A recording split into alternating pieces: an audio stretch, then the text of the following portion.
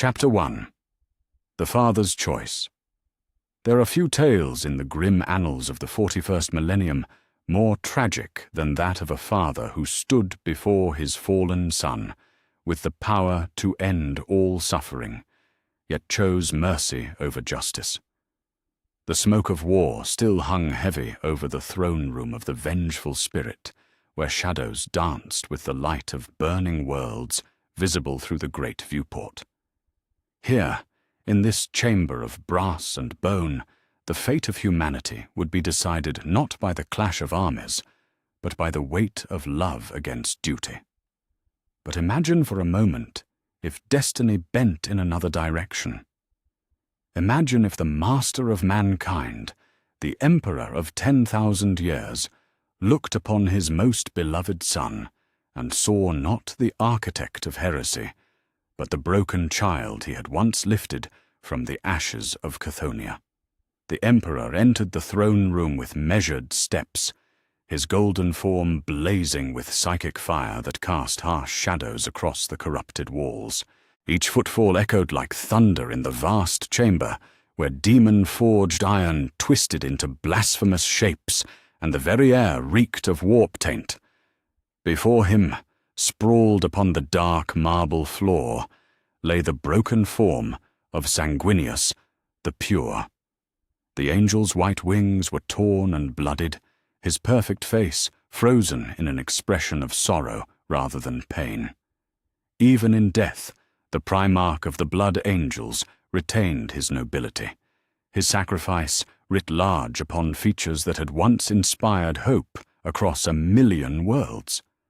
Above the corpse stood Horus Lupercal, no longer the golden sun who had conquered galaxies in his father's name. The War Master had become something monstrous, his form swollen with the gifts of the dark gods. 4 voices spoke through him now: Khorne's rage, Tzeentch's cunning, Nurgle's despair, and Slanesh's cruel pleasure. Where once had been the face the Emperor loved above all others, now resided a being of pure malice, eyes burning with fires that had never known mercy. "Father," Horus spoke, his voice carrying the weight of crushed worlds and dying suns, "how good of you to come. Tell me, do you still believe in your vision of unity, your dream of reason conquering faith?" He gestured to Sanguinius's corpse with one taloned hand. "Your angel thought he could redeem me with pretty words and noble sacrifice. See how that ended." The Emperor said nothing, his gaze moving between the son he had loved and the son he had lost. Both lay before him now, one dead, one damned. The weight of choice pressed upon his shoulders like the gravity of dying stars. Horus laughed, the sound echoing through dimensions mortal ears could not perceive. "Nothing to say. How unlike you, Father. Once you had speeches for every occasion, grand proclamations about the future of mankind." His form began to glow with unholy power, warp lightning crackling between his fingers. "Kneel before me now, and I may yet spare your life. Acknowledge that your way has failed, that only through chaos can humanity find strength." The Emperor's response was silence, not the silence of defeat, but the terrible quiet of a god weighing souls upon scales only he could see. His psychic might gathered around him like a golden storm, reality itself bending beneath the pressure of his will. Yet still he did not strike.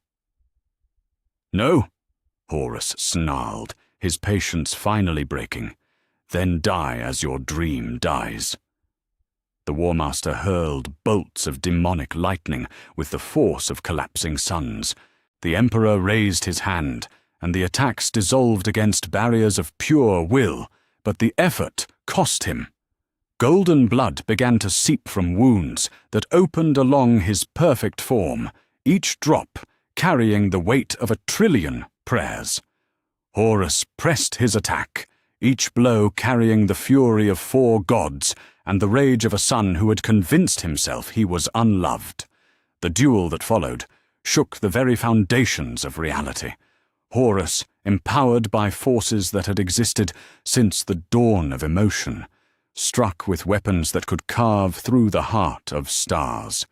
The Emperor parried with grace, born of millennia, his own blade singing with the light of dead suns and the hopes of unborn generations. They fought not merely as father and son, but as the embodiment of order against chaos, hope against despair, love against hate. Yet as the battle raged, it became clear that the Emperor was losing. Each wound Horus inflicted carried a portion of the dark god's essence, corruption seeping into flesh that had once been beyond mortal concerns. The master of mankind staggered, his golden armor cracked and stained with ichor that gleamed like liquid starlight. It was then that the unexpected intruder arrived. A lone imperial fist, his yellow armor scored and blackened by passage through the ship's demon-haunted corridors, stumbled into the throne room. How he had made it this far defied understanding. Perhaps faith had carried him where courage failed, or perhaps the Emperor's own will had guided his path through the maze of horrors that filled the vengeful spirit. The Space Marine saw his Gene father locked in mortal combat with the War Master and raised his bolt pistol with hands that trembled from exhaustion rather than fear. "For the Emperor!" he cried, his voice cracking like a boy's, despite the decades of warfare that had carved lines upon his face. Horus turned toward the sound with the lazy contempt of a god regarding an insect. He gestured with one clawed finger, and the imperial fist burst into flames that burned with the colors of the warp itself. The Marine's scream lasted only a moment before his throat was ash. But in that instant, he looked not at his killer, but at his Emperor, his eyes bright with unshakable faith. The Emperor watched his son's casual murder of the warrior, who had fought through hell itself to reach this chamber. He saw the War Master's laugh of derision, heard the dark god's whispered approval, felt the weight of every soul that had died in this war of father against son. This was the moment that in another timeline would trigger his final, terrible decision, the unleashing of his full psychic might to obliterate Horus so completely that not even the Chaos gods could resurrect him. Instead, something else stirred in the Emperor's vast consciousness, not rage at Horus's cruelty, but grief for the son who had become capable of such casual evil. He saw past the corruption that had twisted his beloved War Master into this thing of malice and shadow. Beneath the gifts of the dark gods, beneath layers of rage and resentment and manipulated pain, he caught a glimpse of the boy who had once looked up at the stars and dreamed of joining his father among them. The Emperor's blade lowered slowly, its burning edge dimming as his psychic might drew inward rather than building toward destruction. When he spoke, his voice carried none of the thunder that had once commanded legions, only the quiet sorrow of a father who had failed his son. "I forgive you, Horus." The words fell into the throne room like stones cast into an ocean of silence. Even the whispers of the dark gods seemed to pause, as if the universe itself held its breath at this unprecedented moment. The Emperor took a step forward, his wounds bleeding freely now, his defenses completely lowered. "I forgive you, my son," he repeated, and for the first time in 10,000 years, his voice broke with the weight of love that had never died. For all of it. For every world burned, every life lost, every choice that brought us to this moment. I forgive you, because you are still my son, and I have never stopped loving you. Horus froze, his next attack dying stillborn upon his lips. The chaos fire that had wreathed his form flickered like a candle in a hurricane. For just an instant, the corruption that had remade him wavered, and something almost human looked out through eyes that had forgotten how to weep. And in that moment, hanging between damnation and redemption, the fate of the galaxy balanced upon the edge of a father's love. Chapter 2. The War Master's Confusion. The words struck deeper than any blade the Emperor had ever wielded. Horus stood frozen upon the blood-stained marble of the throne room, his corrupted form trembling with an emotion he had thought burned from his soul millennia ago. The chaos fire that had wreathed him like a second skin flickered and dimmed, revealing glimpses of the man who had once been called the brightest of the Primarchs. For a heartbeat that lasted an eternity, silence reigned absolute. Even the whispers of demons that perpetually haunted the ship seemed to pause, as if reality itself struggled to process this moment of impossible mercy. Horus's massive frame shuddered, the gifts of the dark gods writhing beneath his skin like living things suddenly unsure of their welcome. Then the voices came screaming back, louder than ever before. "Kill him!" Khorne's roar exploded through Horus's consciousness like the birth cry of a star gone nova. "You are my chosen champion. End this mockery and claim your throne." The blood god's fury manifested as crimson lightning that arced across Horus's vision, promising strength beyond measure if only he would complete his father's destruction.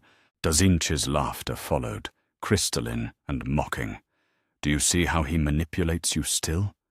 Even now, in his defeat, he weaves plans within plans. This forgiveness is merely another chain, another attempt to bind you to his will. Strike now, while he is weak, and prove that you have truly transcended his influence." Nurgle's voice came as a diseased whisper, thick with false compassion. "My son, do you not see his words for what they are? Empty promises from a being who has already forgotten your pain. He spoke no such forgiveness when you lay dying on Davin. He offered no mercy when your brothers suffered in silence across the galaxy. This is but another of his lies, dressed in prettier words." Slanesh's musical tones wound through the others like silk through armor joints. How exquisite this moment is. The great War Master, hesitating like a child before a parent's hollow affection. Show him what you have become, what perfection you have achieved without his guidance. Let him die knowing that his son has surpassed him in every way. The cacophony of divine voices tore at Horus's mind, each word carrying the weight of absolute authority. His right arm, the one that held the demon weapon Worldbreaker, began to rise of its own accord. The massive mace gleamed with unholy light, hungry for the kill it had been denied. The dark god's will flowed through him like molten iron, reshaping his thoughts toward murder and dominion. Yet something resisted. Not the crude defiance of a mortal mind rejecting its gods, but something far more dangerous. The stirring of memories that predated his fall, fragments of a bond the Chaos gods had thought severed beyond repair. He saw himself as he had been on Thonia, a young king ruling gangs in the Underhive, dreaming of stars he had never seen. The day the golden figure had descended from the sky remained burned into his memory with perfect clarity. Not the Emperor as conqueror or judge, but as father, eyes bright with genuine joy at finding his lost son, voice warm with pride that had needed no words to convey its meaning. "You were my hope," the Emperor had said that day, and Horus had believed him utterly. The memory wavered, threatened by the corruption that had rewritten so much of his past, but the Emperor's voice in the present anchored it, made it real again. "Do you remember the first world we conquered together?"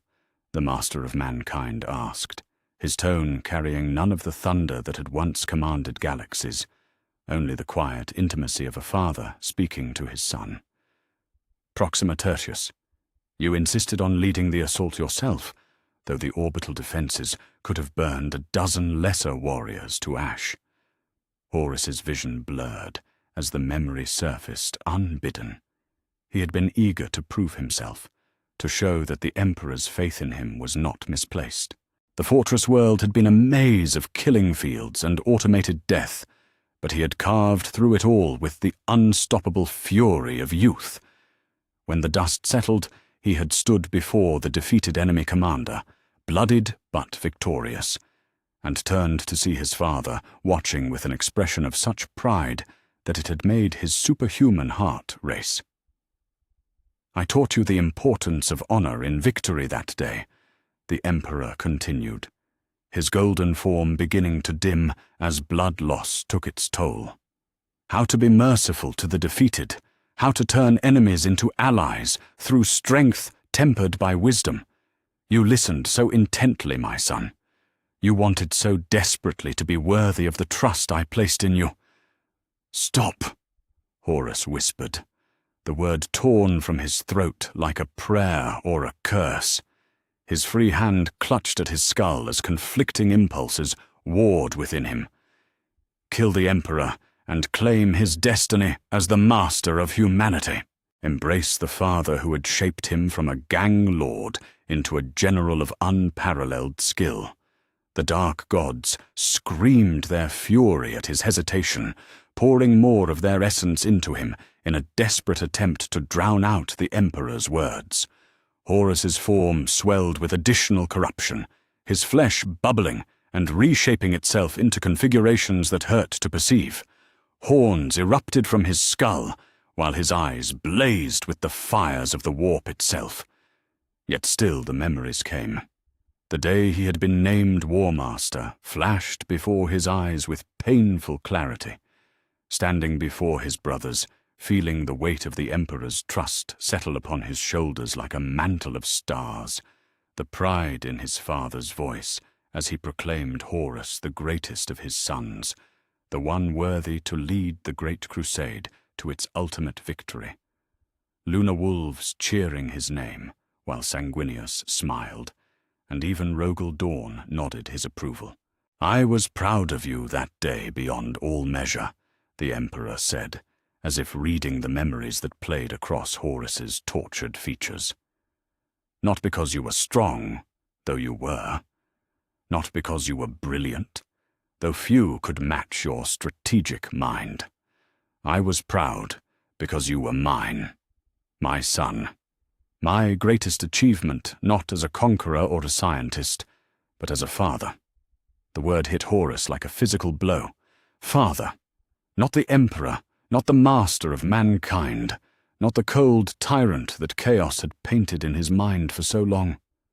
Father. The being who had found him among the gangs of Thonia and seen potential where others saw only another petty warlord. The one who had taught him to think beyond the next battle, to dream of a galaxy united in peace rather than divided by endless war. Horus's arm trembled as Worldbreaker rose to strike the killing blow, but the weapon felt impossibly heavy now, weighted down by the ghosts of what had been. "You abandoned us!" he screamed, the words erupting from his throat with desperate fury. Yet his voice cracked as he spoke them, revealing the pain beneath the rage, not the divine wrath of a chaos champion, but the anguish of a son who had felt cast aside. "You left us to conquer the galaxy, while you retreated to Terra for your secret projects. You never explained why, never trusted us with the truth. We were your tools, nothing more, weapons to be discarded when their usefulness ended." The accusations poured from him like poison from a wound, each one carrying years of suppressed hurt and carefully nurtured resentment. The Emperor's expression remained unchanged, neither defensive nor dismissive. "You are right," he said simply, and the admission hit the throne room like a thunderclap. "I failed you as a father. I became so focused on the grand design that I forgot the hearts of those I loved most. I thought you understood my purpose, but I never took the time to explain. I thought your loyalty would endure any trial, but I never considered the cost of that loyalty to your soul." The honesty in his voice was devastating in its completeness. Here was no defensive deity protecting his reputation, no tyrant justifying his actions. Here was a father acknowledging his failures and the pain they had caused. Horus staggered as if struck, Worldbreaker wavering in his grip. The Chaos Gods shrieked their displeasure, pouring more corruption into him. But for the first time since his fall, their voices seemed distant and hollow. The rage that had sustained him for decades began to crack like glass under the pressure of his father's simple, terrible honesty. "I loved you," the Emperor continued, his voice growing weaker as his wounds bled freely. "I love you still. Not as the War Master, not as my greatest general, but as my son. That love was not a tool or a manipulation. It was the most real thing about me in a life defined by necessary deceptions. And nothing you have done, no matter how terrible, can ever change that truth." The throne room shuddered around them as the ship's superstructure groaned under the weight of psychic forces beyond mortal comprehension. Somewhere in the depths of the vessel, the battle between loyalist and traitor forces continued to rage, but here in this chamber, father and son stood locked in a conflict far more profound than mere warfare.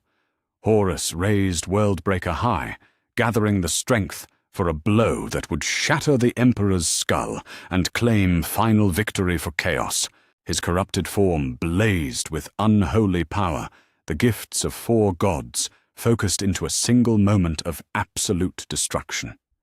Yet as he looked down at his father, wounded, defenseless, speaking not of duty or destiny but of love, something within the War Master's black heart began to stir. Something the dark gods had thought destroyed utterly on the demon world of Davin. Something that remembered what it meant to be a son. Chapter 3. The Gods' Fury. The moment Horus hesitated, the warp itself screamed in rage.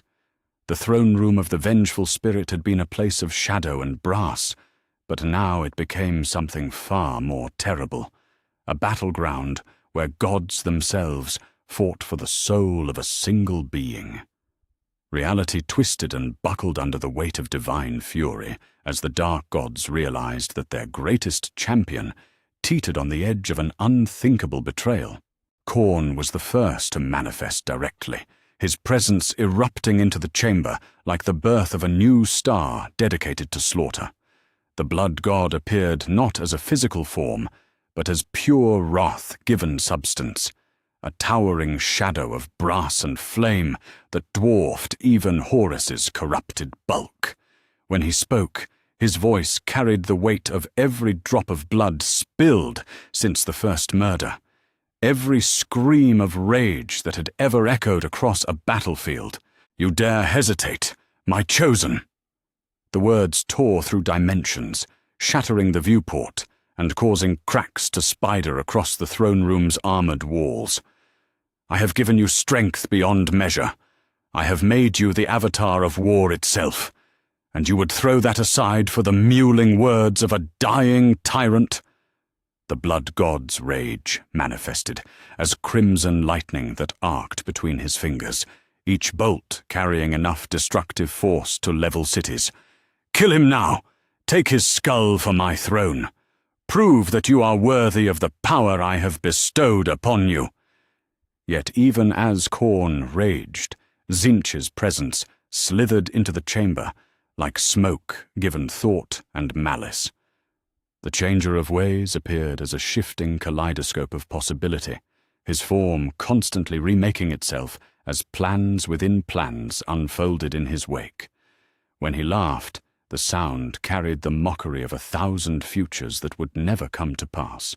"My dear Horus," Tzeentch purred, his voice like silk wrapped around a blade. "Surely you see through this crude deception. Your father speaks of love now only because he faces defeat." Where was this affection when he retreated to Terra, leaving you to bear the burden of conquest alone? Where was his love when he concealed the true nature of the warp from you, allowing you to stumble blind into forces that nearly destroyed you? The Lord of Change gestured with one ever-shifting appendage, and visions flooded Horus's mind.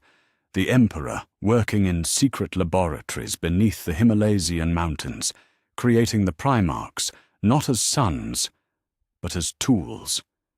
Images of the Webway project, hidden from his most trusted generals. Memories of conversations where the Emperor had spoken of the Primarch's ultimate fate once the Great Crusade was complete. "He fears you," Tzeentch whispered, with poisonous intimacy. "He has always feared you. That is why he seeks to bind you with chains of false affection even now. Strike him down, and I will show you truths that will reshape reality itself. Spare him, and remain forever a pawn in games you cannot even perceive." Nurgle's presence followed, bringing with it the stench of decay and the terrible comfort of inevitability. The Plague Father materialized as a grotesque parody of paternal love, his bloated form weeping putrid tears that sizzled where they struck the deck plates. His voice carried the weight of entropy itself, the promise that all things must end in rot and ruin. "My sweet child," Nurgle crooned with diseased affection. "Do you not see how he abandons you even now? Look at him, wounded, dying, already planning how he will replace you with another favored son. I have offered you gifts that will never fade, love that will endure beyond the heat-death of the universe itself. Why would you trade that certainty for the hollow promises of one who has already forgotten your names?" The Plague. God's touch brought visions of a different sort. Scenes of Horus lying forgotten upon his deathbed on Davin, while the Emperor pursued his secret projects on Terra. Images of Gilliman rising to take his place as the favored son, of Sanguinius and Dawn standing at the Emperor's right hand, while Horus became merely another name in the annals of history. "I alone remember your suffering," Nurgle whispered. "I alone offer comfort that will never be withdrawn. Let me ease your pain forever, my son. Let me give you the peace that he never could." Finally, Slaanesh manifested in a display of terrible beauty that hurt to perceive. The Dark Prince appeared as perfection incarnate, every movement a masterpiece of grace, every word a symphony of corrupted desire. When she spoke, her voice carried promises of pleasures beyond mortal comprehension and power that would make gods seem like children. "Exquisite Horus," Slaanesh purred, her form shifting between masculine and feminine aspects with fluid perfection. "Why content yourself with forgiveness when you could have everything? I offer you not mere absolution, but absolute dominion. Strike down this pretender and claim your rightful place as the true god of humanity. Experience the perfect ecstasy of patricide, the ultimate expression of your superiority over the one who dared to call himself your master." The Prince of Pleasure gestured languidly, and visions of conquest flooded Horus's perception, himself enthroned upon Terra while billions knelt in worship, the galaxy reshaped according to his will, immortality and power beyond all imagining. Every desire fulfilled, every dream made manifest, every rival ground beneath his heel. "Why settle for being a son when you could be a god?" Slaanesh whispered with honeyed malice. "Take what is rightfully yours. Show him the price of his arrogance." The four voices rose in unison, their combined will pressing down upon Horus like the weight of collapsing stars. His corrupted form blazed with unholy power as the dark gods poured more of their essence into him, reshaping his flesh into configurations that defied mortal perception. Extra arms sprouted from his torso, each wielding weapons of pure warp stuff. His eyes burned with fires that had witnessed the birth of nightmares. His voice, when it emerged from his throat, carried harmonics that spoke directly to the darker impulses of every soul. Yet through it all, the Emperor continued to speak. The master of mankind knelt now upon the blood-soaked marble, his golden armor cracked and leaking ichor that sparkled like liquid starlight. Each word cost him dearly, psychic agony beyond description, as the Chaos Gods turned their fury upon the one who dared to threaten their greatest prize. His perfect features were lined with pain that spoke of wounds that went deeper than flesh, deeper than bone, into the very essence of what he was. "I remember the day you first called me father," the Emperor said, his voice barely above a whisper, yet somehow carrying over the cacophony of divine rage. "Not during some formal ceremony, not when cameras recorded your words for posterity. It was on the battlefield of Gyros Thravian, when you thought I might die holding the breach against the Orc tide." Horus's multiple forms flickered as the memory surfaced unbidden. He saw himself as he had been then, young, desperate, watching in horror as green-skin hordes overwhelmed his father's position. The word had torn itself from his throat without conscious thought, carrying all the terror of a son watching his parent face death. "You wept," the Emperor continued, blood streaming from his eyes as the Chaos Gods redoubled their psychic assault. "My proud war master, conqueror of 100 worlds, wept like a child at the thought of losing me. That was when I knew that despite all my failures as a father, despite all the ways I had failed to show you my love, some part of you still cared." The Chaos Gods shrieked their fury, pouring yet more power into Horus, but their champion's movements had become erratic, uncertain. His form shifted constantly now between corruption and purity, the gifts of the dark gods warring with memories that refused to be silenced. One moment he appeared as the monstrous avatar of chaos undivided, the next as glimpses of the golden sun who had once stood at the Emperor's side. "I see you," the Emperor whispered, reaching out with one bloodied hand toward his tormented son. "Beneath all the corruption, beneath all the rage and pain and manipulation, I see you. Horus Lupercal, my beloved son, first among the Primarchs, not because you were strongest, but because you were first in my heart." The ship shuddered around them as the vengeful spirit itself began to destabilize. The Geller field fluctuated wildly as the concentration of warp energy in the throne room exceeded safe parameters. Deep within the vessel's hull, bulkheads groaned under stress they had never been designed to endure. Emergency klaxons began to wail as crew members throughout the ship reported impossible phenomena: walls bleeding, gravity reversing, time flowing backward in isolated compartments.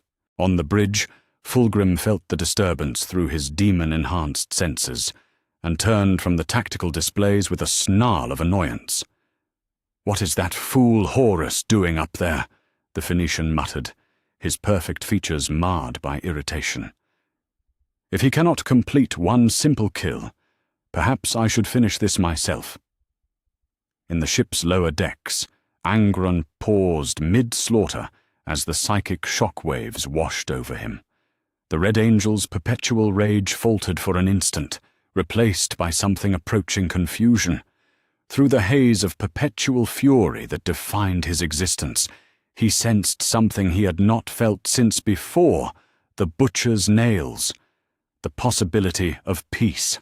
Aboard his own flagship in the fleet surrounding Terra, Perturabo monitored the energy readings from the vengeful spirit with growing alarm. "The warp signatures are off the charts," he reported to his command staff. though his voice carried undertones of something that might have been hope. Something is happening to the War Master. The psychic shock waves rippled outward from the throne room, like stones cast into still water, carrying with them echoes of the impossible scene playing out within. Across the solar system, psychers suddenly fell to their knees as visions flooded their minds. A father offering forgiveness to his wayward son, gods of chaos raging against an act of pure love, the future of humanity balanced on the edge of mercy or damnation. In the throne room, Horus raised Worldbreaker with shaking hands, the weapon now seeming to weigh more than planets. The dark god's voices continued their relentless assault, promising him everything he had ever desired if he would just complete this one simple act. Yet the Emperor's words echoed in his mind with equal force, speaking not of power or duty, but of something far more dangerous to the forces of chaos: unconditional love. For the first time since his fall on Davin, Horus Lupercal began to remember not what he had become, but who he had once chosen to be. Chapter 4. Fractured Legion. The psychic shockwave that emanated from the vengeful spirit's throne room struck the sons of Horus like a hammer blow to the soul. Throughout the massive battleship, warriors who had fought for millennia without pause suddenly staggered, their weapons falling from nerveless fingers as pain beyond the physical tore through their minds. The Legion's psychic bond, that invisible thread that connected each Astartes to his Primarch, had become a conduit for anguish that transcended mortal comprehension. In the ship's middle decks, Brother Sergeant Kalamos halted mid-charge against a squad of Imperial fists, his chainsword stuttering to silence as both hands clutched at his helm. Through the vox grills, his squad mates heard not the battle cry they expected, but something far more disturbing: the sound of a transhuman warrior weeping. Around him, his brothers likewise faltered, some falling to their knees as visions flooded their enhanced minds. They saw themselves as they had been during the glory days of the Great Crusade. Not as the chosen champions of chaos they had become, but as the lunar wolves, proud, honorable, the tip of the spear that had carried the Emperor's light to the furthest reaches of the galaxy. They remembered campaigns fought not for the dark gods, but for the dream of unity, battles won through brotherhood rather than corruption. Brother Kalamos tore his helmet from his scarred head, revealing features that had once been noble, but had been twisted by decades of exposure to the warp. Tears streamed down his cheeks as he stared at the Imperial fist he had been about to kill, a warrior no different from what he himself had once been.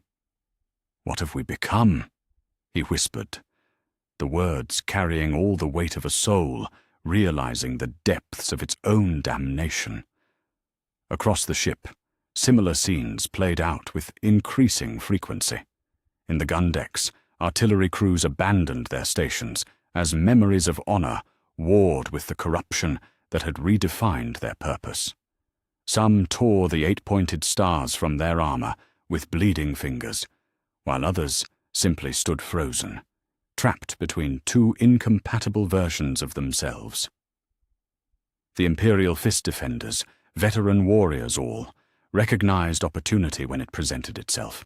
Captain Viridian, his yellow armor scarred by hours of brutal combat, raised his bolt pistol and prepared to execute the weeping sons of Horus Sergeant. Yet something stayed his hand. Not mercy, for mercy was a luxury the Imperium could rarely afford, but a kind of professional respect for an enemy who had remembered what honor meant.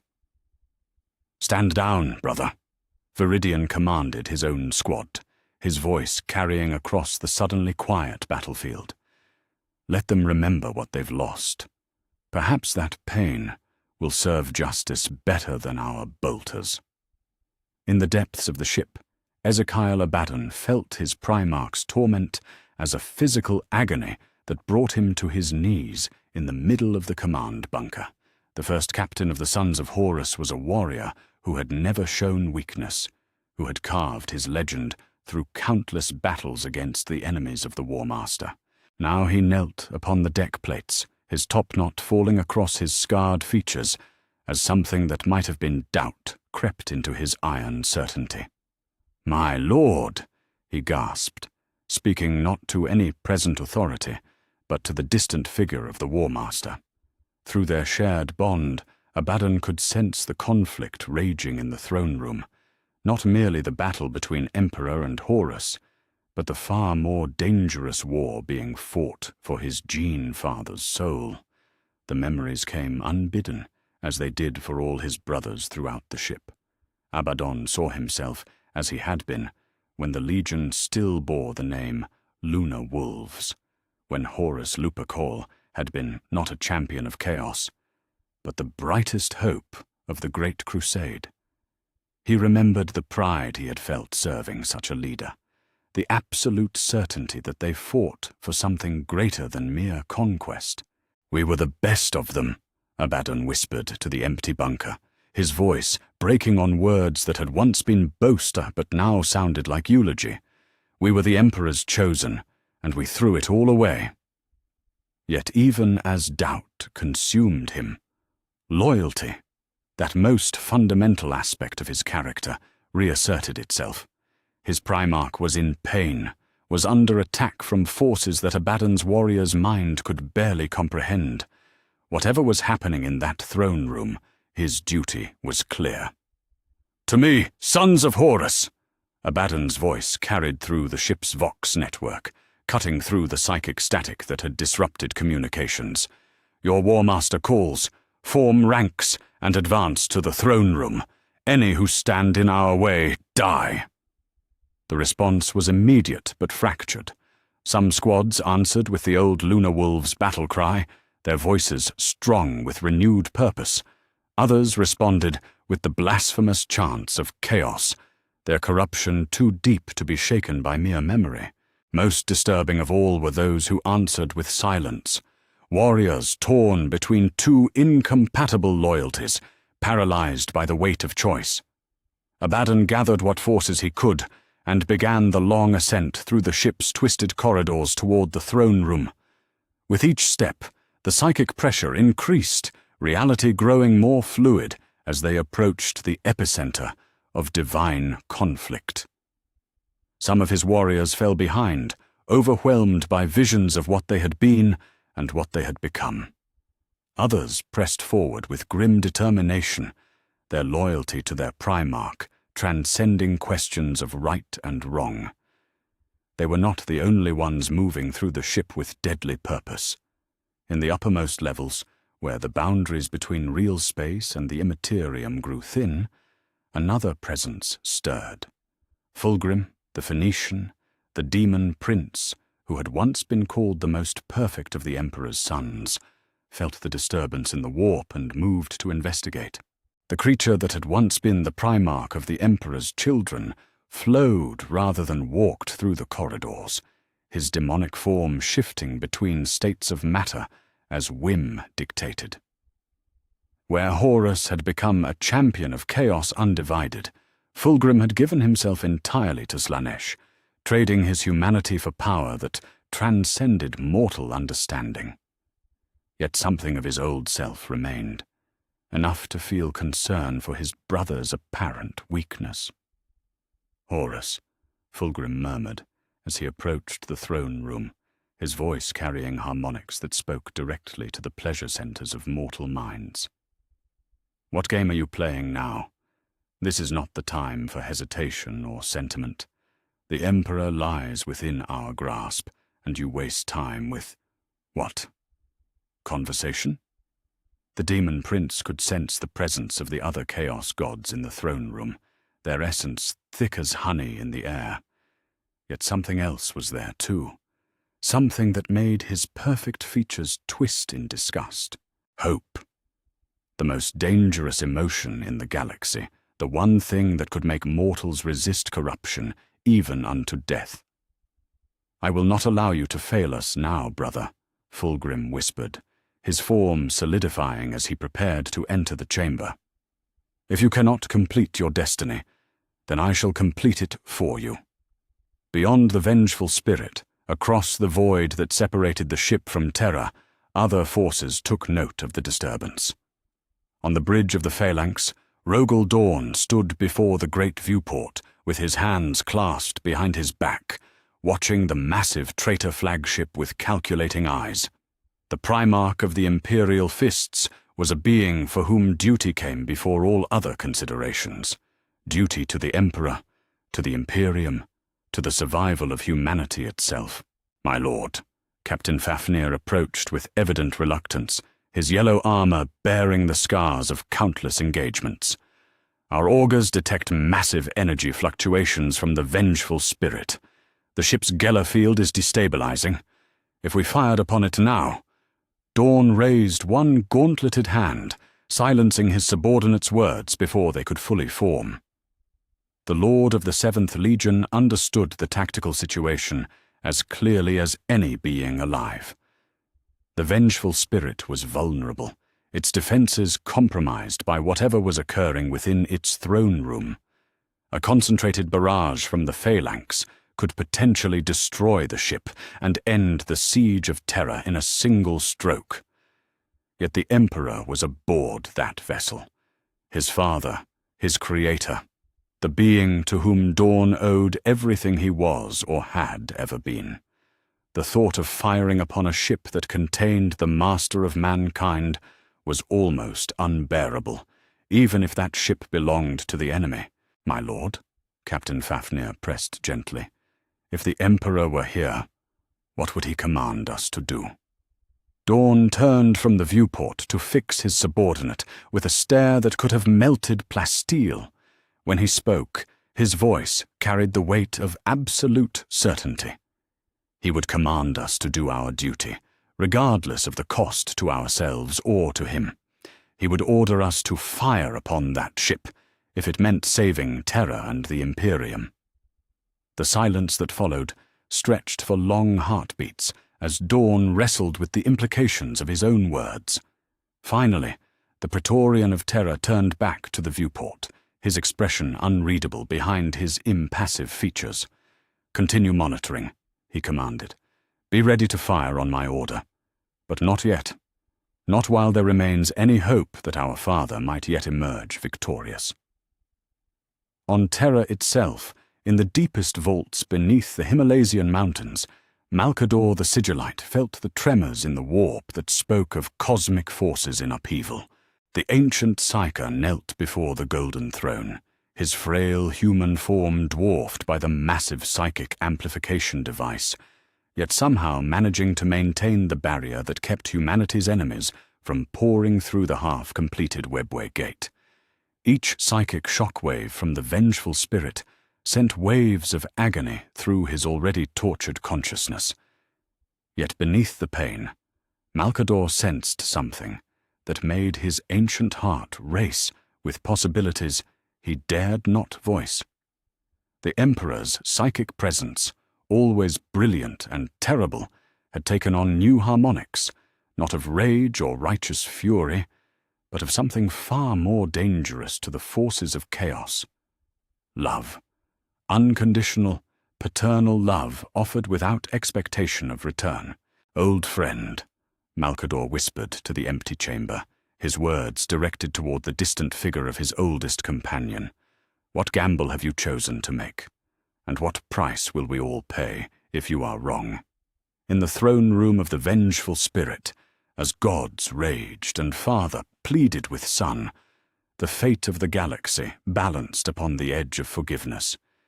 Yet throughout the ship and beyond, mortals and immortals alike began to choose sides in a conflict that transcended mere warfare. The battle for Horus's soul had begun in earnest, and its outcome would reshape the very nature of hope and damnation for all time. Chapter 5. The Prodigal's Memories. The Emperor's hand rose slowly, his fingers trembling with exhaustion and pain, yet somehow finding the strength to reach toward his fallen son. When the gesture completed itself, psychic energy flowed between them. Not the brutal force that had marked their battle, but something far more dangerous to the powers of chaos. Memory. Pure, unfiltered memory that cut through corruption like light through shadow. Horus staggered as the first wave struck him, his massive frame reeling as images flooded his consciousness with unstoppable force. These were not the twisted recollections that chaos had fed him for decades, not the poisoned memories that painted his father as a cold tyrant. These were the truth, preserved in the Emperor's perfect recall, and shared now without reservation or protective filter. He saw himself as he had been on Chthoniya, before the Emperor's arrival had changed everything. A boy king ruling the Underhive gangs with an iron fist, yet still young enough to dream. The memory came with startling clarity, standing alone on the highest spire of his conquered territory, staring up through the toxic atmosphere at stars he had never seen clearly. Even then, something had called to him from beyond the poisoned sky of his birth world. You were searching for something. The Emperor's voice echoed through the memory, speaking words he had never said aloud, but had always known. Even as a child, you felt the pull of destiny. You knew you were meant for something greater than ruling gangs in darkness. The scene shifted, and Horus watched his younger self turn at the sound of impossible music, the harmony of perfectly tuned engines descending from the void. The golden figure that emerged from the landing craft had seemed like a god stepping down from myths, yet the first words the Emperor had spoken were not of conquest or submission, but of recognition. "My son," the Emperor had said, and in that moment Horus had felt something he had never experienced before, the sensation of being not just wanted, but beloved. The Emperor's eyes had shone, not with the cold calculation of a conqueror, but with the warm joy of a father finding his lost child. "I searched for you across the galaxy," the Emperor continued in the present, his voice growing weaker as blood loss and psychic strain took their toll. "When I found you, it was not triumph I felt, but relief. You were safe. You were whole. You were mine." The corruption that wreathed Horus's form began to flicker more violently as new memories surfaced. He saw the early years of the Great Crusade, when the Lunar Wolves had been small in number, but vast in reputation. The Emperor had fought alongside them personally in those days, not as a distant commander, but as a warrior father, teaching his son the arts of war and leadership. He remembered the siege of Raven's Peak, when he had been wounded, and the Emperor had tended to his injuries with his own hands. Not because a Primarch was too valuable to lose, though that was true, but because a father could not bear to see his son in pain. The memory came with sensations the corruption had tried to bury, the gentleness of those golden fingers as they worked, the barely controlled anguish in the Emperor's voice as he whispered words of comfort. "Does it hurt much?" the Emperor had asked then, and when Horus had tried to deny the pain, his father had smiled with infinite sadness. "You never were very good at lying to me, son." The present-day Emperor shared that smile now, even as his perfect features were marred by wounds that would have killed a lesser being. "You still aren't," he said softly. More memories cascaded through Horus's consciousness, each one battering at the walls chaos had built around his heart. He saw the day he had been granted the title of War Master, but now he experienced it not through the lens of pride, corrupted into arrogance, but as it had truly been. The Emperor had not merely chosen him for his strategic brilliance or his victories. He had chosen him because he loved him more than the others. The ceremony on Ulanor played out with perfect clarity. Horus watched himself kneel before the golden throne as his brothers looked on. But now he could see what the corruption had hidden from him. The Emperor's hands had shaken as he placed the ceremonial blade in Horus's grasp, not with uncertainty, but with the emotion of a father entrusting his greatest treasure to his most beloved son. "I name you War Master," the Emperor had said, his voice carrying to every corner of the vast amphitheater. "Not because you are the strongest of my sons, though you are strong. Not because you are the smartest, though few can match your mind. I name you War Master because you are my heart walking among the stars." The words had been spoken publicly, yet somehow they had felt like the most intimate confession a father could make. Horus had risen from his knees, feeling not the weight of command, but the warmth of absolute trust. "Why?" Horus whispered in the present, his voice cracking like breaking stone. The question contained multitudes. Why had he been chosen? Why had he been loved? Why had he thrown it all away? The Chaos Gods screamed their fury as their champion's voice became recognizably human for the first time in decades.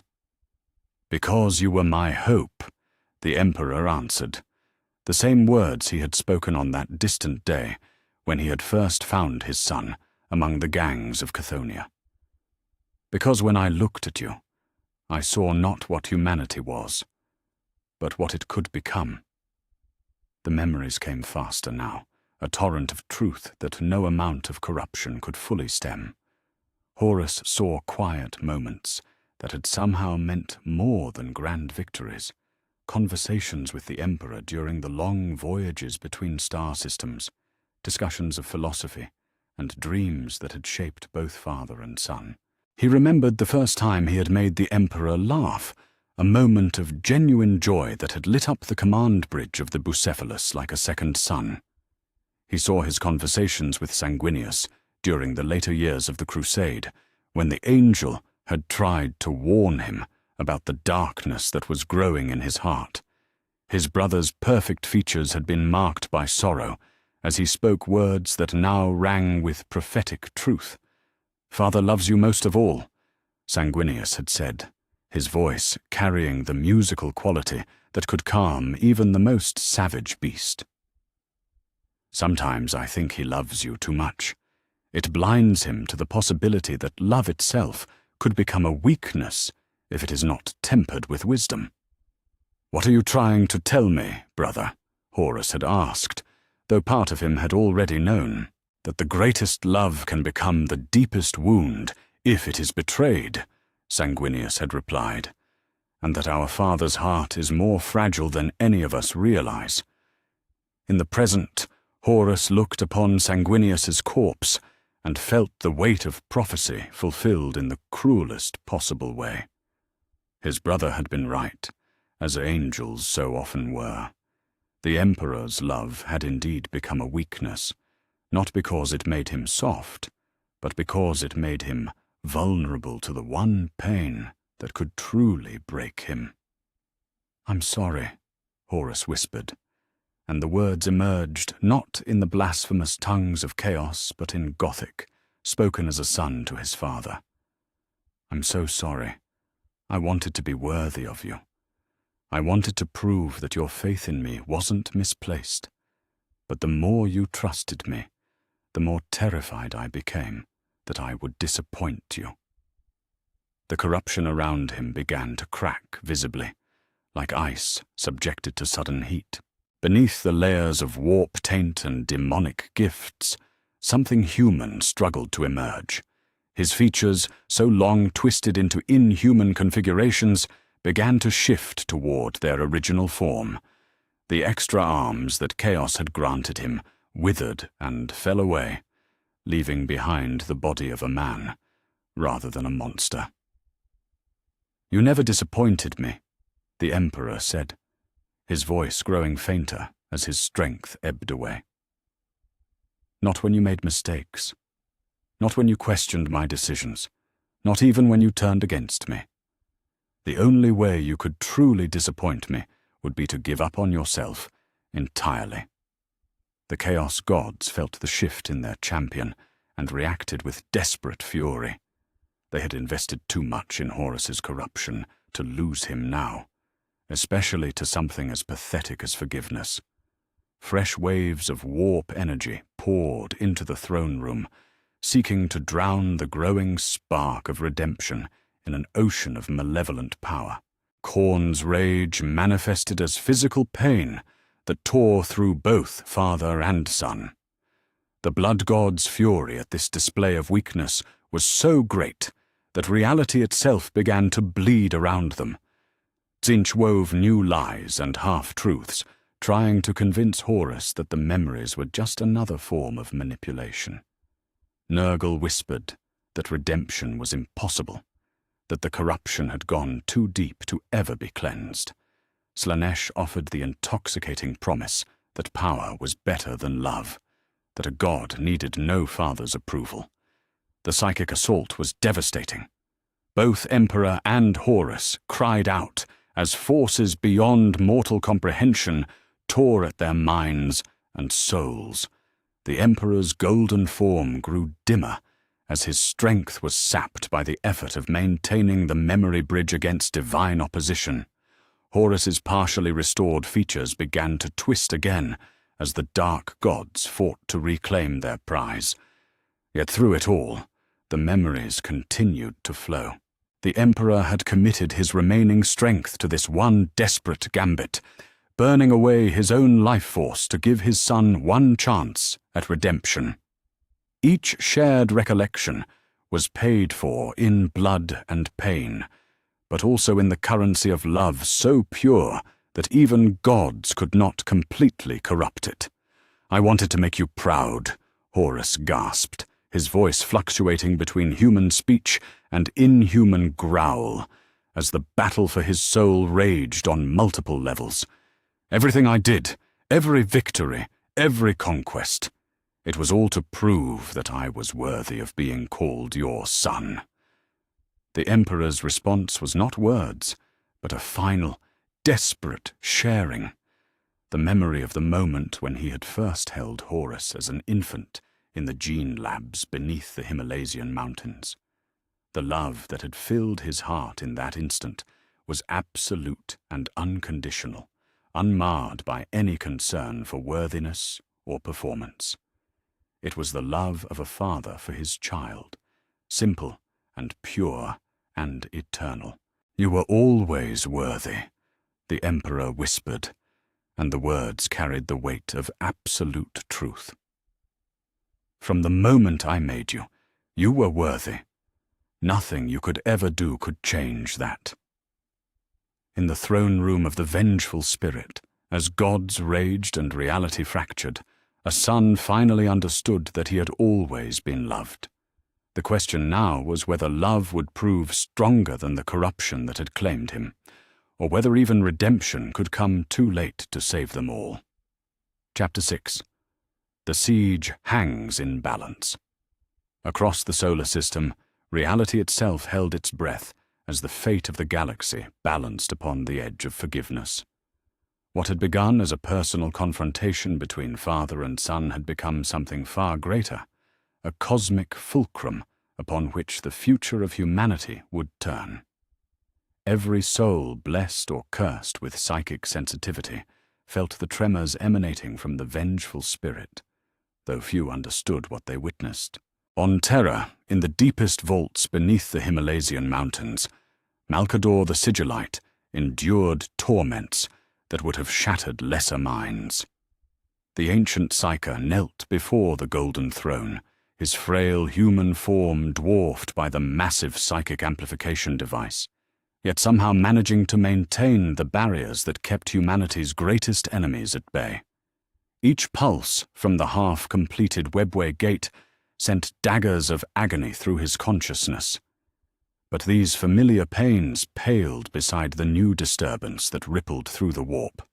The Emperor's psychic presence, always brilliant beyond mortal comprehension, had taken on new harmonics that spoke of cosmic forces in upheaval.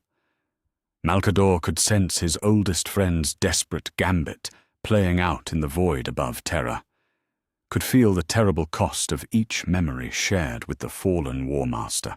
The Sigillite's withered hands clenched upon the throne's controls as another wave of psychic feedback nearly broke his concentration. "Hold fast, old friend," Malcador whispered to the empty chamber, his words directed toward the distant figure who had been his companion since the dawn of the Imperium. "Whatever price you choose to pay, I will anchor you to sanity. I will not let you fall into the same darkness that claimed your son." Yet even as he spoke the words, Malcador felt the strain growing beyond his ability to contain. The Emperor's divided attention meant that Terra's psychic defenses were operating at reduced capacity. Demons pressed harder against the barriers that held them back from the material realm. The Astronomicon, that great lighthouse that guided humanity through the warp, flickered like a candle in a hurricane as its primary beacon wavered between hope and despair. Across Terra's war-torn surface, both loyalist and traitor forces felt the cosmic shift in ways they could not articulate. In the ruins of the Eternity Gate, Captain Arcos of the Blood Angels rallied his decimated company for what he knew would be their final charge. His warriors had been fighting for days without rest, their gene seed singing with the rage of their fallen Primarch.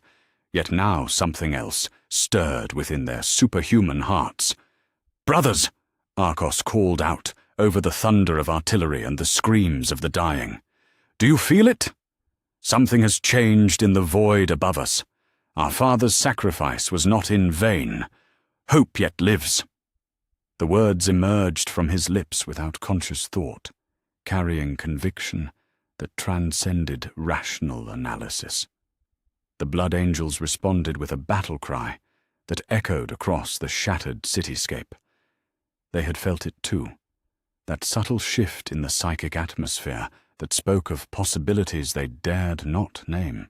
With renewed fury, they charged into the traitor positions, their chainsword singing hymns of vengeance and redemption.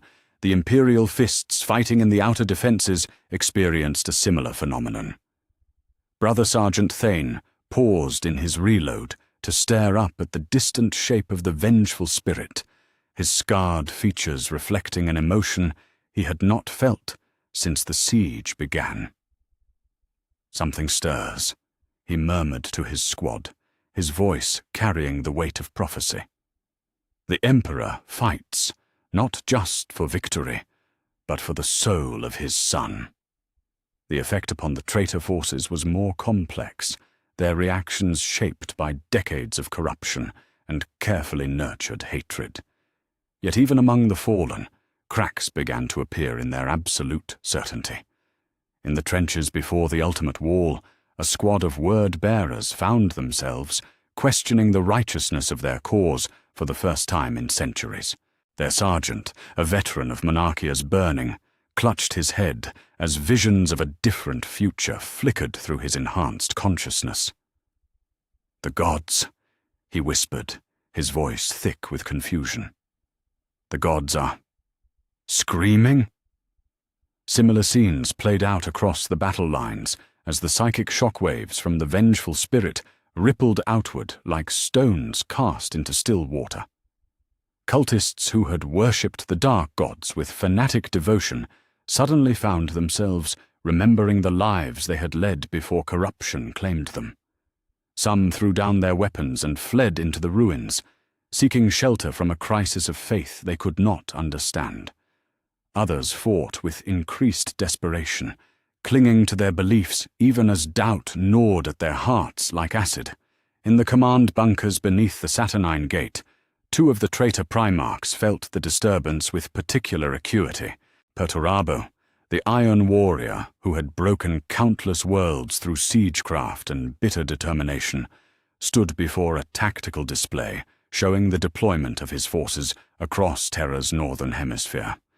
Yet his attention was not on the hololithic projections, but on the psychic storm raging in the void above them.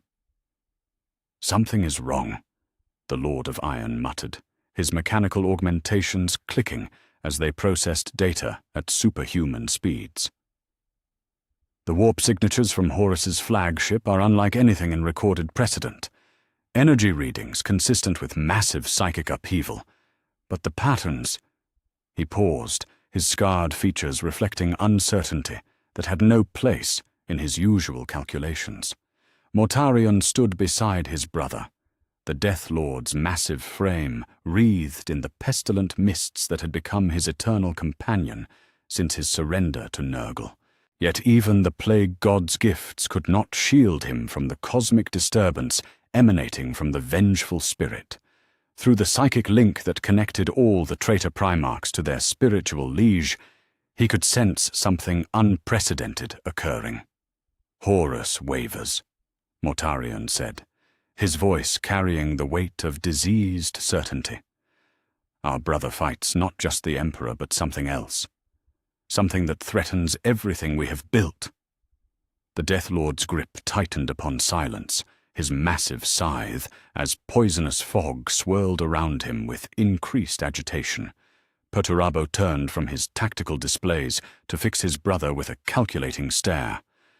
"The question becomes whether we continue this siege in service to a leader who may no longer be capable of leading, or whether we preserve our forces for whatever comes next." The implications hung in the air between them like suspended blades. Both Primarchs had committed too much to this war to retreat without consequence, yet neither was blind to the reality of their situation. If Horus fell, whether to the Emperor's blade or to something more insidious, the traitor cause would need new leadership. The conversation that followed would be conducted in glances and implications rather than words, for even among the damned, some thoughts were too dangerous to speak aloud. Far beyond Terra's embattled system, other forces stirred in response to the cosmic upheaval. Robut Guilliman, Lord of Ultramar and master of the largest fleet racing toward the solar system, felt the psychic disturbance across thousands of light years. The Primarch stood upon the command bridge of his flagship, the Macrage's honor, studying reports that defied conventional understanding. "My lord," Captain Ventress approached with evident reluctance, his blue armor bearing the scars of a dozen void battles. "Our navigators report unprecedented disturbances in the warp. The Astronomicon flickers, and our astropaths speak of voices, singing voices where there should be only the screams of demons." Guilliman's perfect features reflected none of the uncertainty that gnawed at his strategic mind. Yet privately, he wondered what desperate gambit his father had chosen to attempt. The Lord of Ultramar was a being who trusted in logic and careful planning, yet the reports reaching him spoke of events that transcended rational analysis. "Increase speed," Guilliman commanded, his voice carrying absolute authority, despite the cosmic uncertainties that surrounded them. "Whatever is happening at Terra, we will not arrive too late to matter. The 13th Legion has never failed in its duty, and we shall not begin now." The order was passed down through the massive fleet, and thousands of ships strained their engines to breaking point in their race against time and fate. Yet even as they pushed toward Terra with desperate speed, all aboard could sense that the battle they were rushing to join had already transcended the merely physical. This was a war for the very soul of humanity, and its outcome would be decided not by bolter and blade, but by forces far more fundamental. On Terra itself, the effects of the cosmic struggle continued to ripple outward, in ways both subtle and profound. In the hive cities that had not yet fallen to traitor forces, Imperial citizens emerged from their shelters to stare up at a sky that seemed somehow different. The warp storms that had raged since the siege began showed new patterns, their chaotic energies forming configurations that almost resembled constellations. Astropaths throughout the Imperium reported the same phenomenon, whispers in the darkness that spoke not of madness and corruption, but of something that might have been hope. The message was fragmentary and often contradictory, yet its core remained consistent across thousands of psychic conduits. The Emperor fought not for conquest, but for redemption. Not for victory, but for love.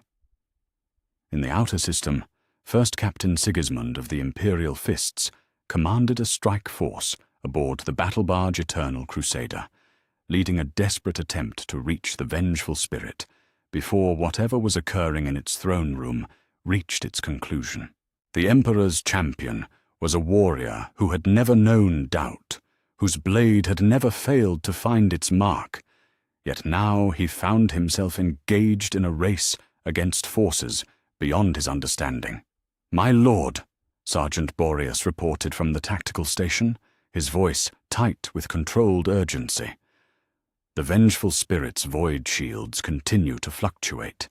Our window of opportunity remains open, but the psychic disturbances are interfering with our targeting solutions. Sigismund nodded grimly, his sword hand resting upon the hilt of the black sword that had been blessed by the Emperor himself. "Prepare boarding pods. Select only volunteers. What we attempt now goes beyond duty into the realm of faith itself. We go not just to rescue our father, but to witness the moment that will define the future of humanity." The Eternal Crusader pressed forward through the void, its hull gleaming with the phosphorescent discharge of strained engines and overloaded shields. Behind it, a dozen other Imperial ships followed, their crews united by loyalty that transcended fear of death.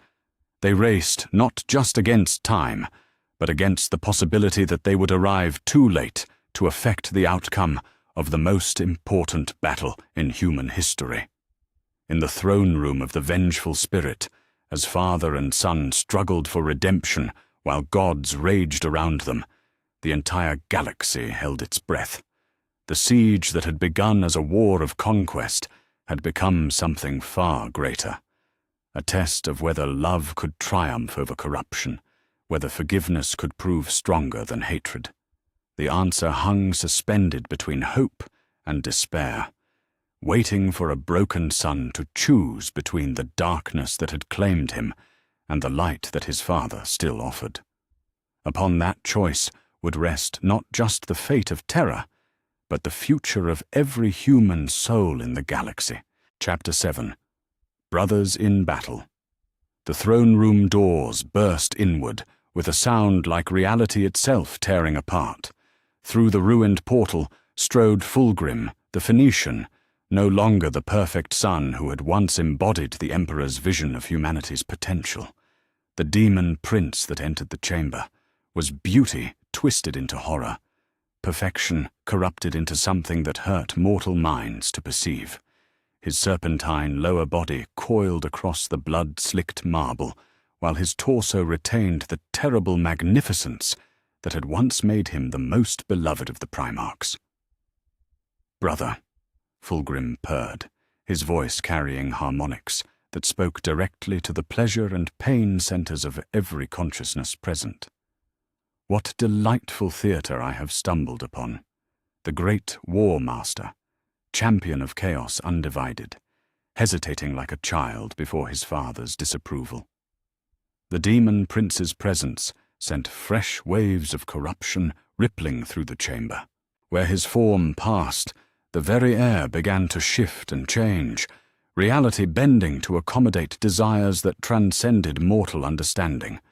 His forearms moved with liquid grace, each wielding a weapon that had been forged in the deepest pits of the warp and quenched in the screams of the innocent. Horus staggered as Fulgrim's demonic aura washed over him, the fragile progress he had made toward redemption threatened by this new source of temptation. The corruption that had been cracking like ice under spring sun began to flow back together, responding to the presence of one who had embraced damnation so completely that he had become its avatar. "Look at you," Fulgrim continued, circling the frozen tableau of father and son with predatory grace. The mighty War Master, reduced to begging for scraps of affection from the tyrant who created us all. Do you not see how pathetic you have become? How weak. The Emperor, already weakened by his desperate gambit to reach his fallen son, struggled to rise as this new threat materialized. Golden blood streamed from wounds that would have killed any lesser being, yet somehow he found the strength to place himself between Fulgrim and the vulnerable Horus. Even now, with his own life ebbing away, the Emperor's first instinct was to protect the son who had betrayed him. "Fulgrim," the Emperor said, his voice carrying none of its former thunder, but still resonating with absolute authority. "You were once the most beautiful of my sons, the living embodiment of what humanity could achieve.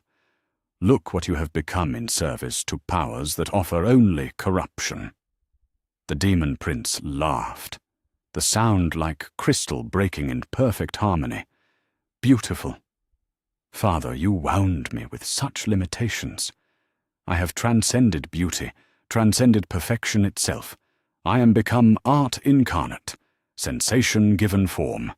What I was before was merely the crude sketch before the masterpiece." Fulgrim's weapons began to glow with eldritch fire as he prepared to strike down both Emperor and Horus in a single, perfect motion. "Since my dear brother lacks the will to complete his destiny, I shall claim that honor for myself. The death of the false Emperor will be my greatest work, a symphony of violence that will echo through eternity." It was then that the second interruption came, heralded by the distinctive whine of teleportation drives pushed beyond their safety margins. A column of golden light erupted in the center of the throne room, and from it stepped Rogel Dawn, Praetorian of Terror, accompanied by a strike force of custodian guards and Imperial fist veterans whose armor gleamed with the phosphorescent discharge of emergency translation. Dawn's arrival changed the dynamic of the chamber in an instant. Where Fulgrim brought corruption and temptation, the Lord of the 7th Legion brought duty made manifest, loyalty that had never wavered despite the horrors of the siege. His massive frame was scarred by countless battles, his yellow armor cracked and scorched, yet he radiated an unshakable certainty that cut through the warp taint like a blade. "My lord," Dawn said simply, his gaze fixed upon the Emperor's wounded form, "we have come to bring you home." The Praetorian's presence seemed to steady reality itself, his absolute conviction creating a pocket of stability in the chaos-racked chamber. Yet his arrival also triggered the final collapse of the uneasy stalemate that had held since the Emperor's offer of forgiveness. Three forces now contested for the soul of the War Master: the Emperor's love, Fulgrim's corruption, and Dawn's unwavering duty. "How touching," Fulgrim hissed, his serpentine form coiling with anticipation. "The dutiful son comes to rescue father and brother alike. Tell me, Rogel, when you fire upon this ship from your precious phalanx, will you weep for the father you sacrifice in service to your cold logic?" Dawn's response was not words but action. His massive power fist ignited as he charged the demon prince, his battle cry echoing across the throne room like the sound of worlds ending. Behind him, the custodians moved with fluid precision, their guardian spears seeking vital points on Fulgrim's serpentine form, while the Imperial fists provided covering fire with weapons blessed by the Emperor himself. The battle that erupted was unlike anything the galaxy had witnessed. This was not merely a clash of armies, or even primarchs. This was a metaphysical struggle where each blow carried the weight of competing philosophies, where every parry was a choice between damnation and salvation. Fulgrim fought with the terrible grace of perfection corrupted, his four weapons weaving patterns that spoke directly to the base desires of every mortal soul. Dawn met him with the implacable strength of duty incarnate, every strike a hammer blow against the very concept of betrayal. In the center of this maelstrom, the Emperor continued his desperate attempt to reach his fallen son. Each word he spoke cost him dearly, his golden form growing dimmer as blood loss and psychic strain took their toll.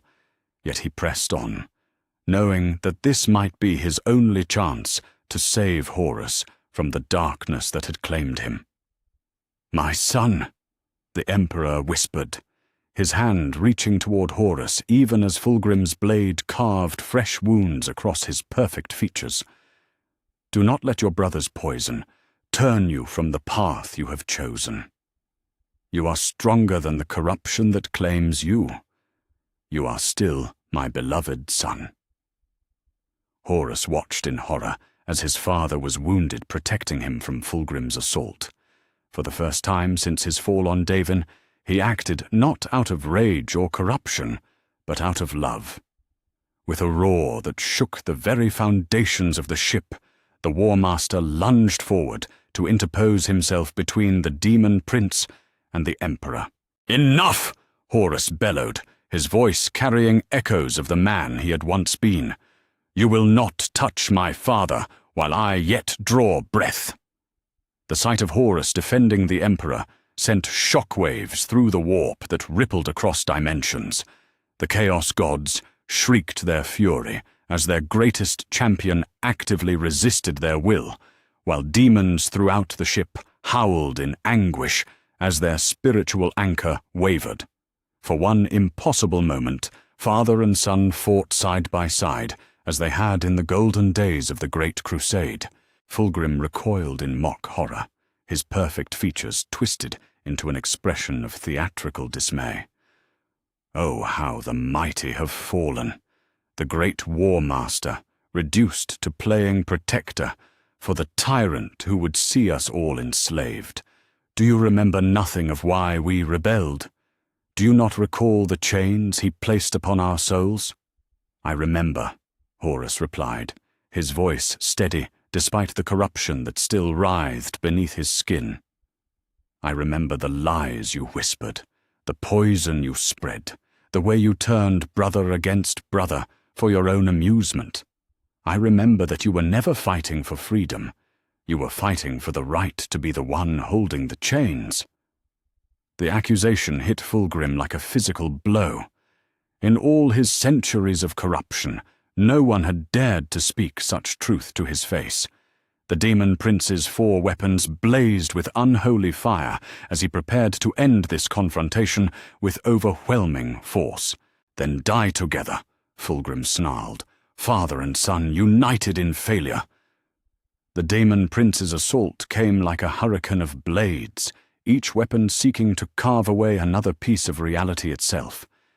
Yet where once Horus might have fallen before such an attack, now he had something he had lacked for decades, a cause worth fighting for, that was greater than his own ambition. The War Master met Fulgrim's charge with Worldbreaker raised high, the massive mace blazing not with the fire of chaos, but with something far more dangerous, hope given physical form. Each blow he struck was a rejection of the corruption that had claimed him, every parry a step back toward the light he had abandoned. Beside him, the Emperor found new strength in his son's choice. Though his wounds were grievous and his power waning, the sight of Horus fighting not for conquest but for love rekindled something within his ancient soul. Together, they pushed back against the demon prince, their combined will creating a barrier of pure determination that even Fulgrim's perfect technique could not breach. Dawn and his warriors formed a protective perimeter around the unlikely allies, their weapons creating a wall of disciplined fire that held back the lesser demons drawn by the psychic maelstrom. The Praetorian himself engaged any threat that came too close, his power fist crushing skulls, while his voice rang out in litanies of loyalty that cut through the warp taint like sacred flame. "This is impossible!" Fulgrim shrieked, as his attacks were turned aside again and again. "You are mine. The gods have claimed you. You cannot simply choose to reject what you have become. Watch me, Horus replied, and for the first time in decades, his voice carried not rage or ambition, but simple, determined love. The throne room had become a battlefield where abstract concepts warred in physical form. Redemption clashed against damnation, while duty struggled with corruption. In the center of it all, a father and son fought together against the darkness that had nearly claimed them both, their combined will creating ripples of possibility that echoed across the galaxy. The outcome remained far from certain, but for the first time since the Siege of Terra began, hope had found its voice. Chapter 8. The Test of Forgiveness. The Emperor fell. It was not a graceful descent, but the collapse of a being who had pushed himself beyond all mortal limits. The master of mankind, who had walked among the stars when humanity still dwelt in caves, who had shaped the destiny of countless worlds through will alone, crumpled to the blood-stained marble of the throne room like a marionette with severed strings. Golden ichor pooled beneath his perfect form, each drop carrying the accumulated weight of 10,000 years of sacrifice. Horus felt his father's fall like a physical blow to his own heart. The psychic bond between them, that invisible thread that had connected creator and creation since the moment of his birth in the gene forges, suddenly grew thin and fragile. Through that fading link, he could sense the Emperor's life force ebbing away, consumed by the terrible effort of maintaining their connection against the fury of 4 gods. Father! The word tore itself from Horus's throat with desperate urgency, all pretense of corruption momentarily forgotten in the face of imminent loss.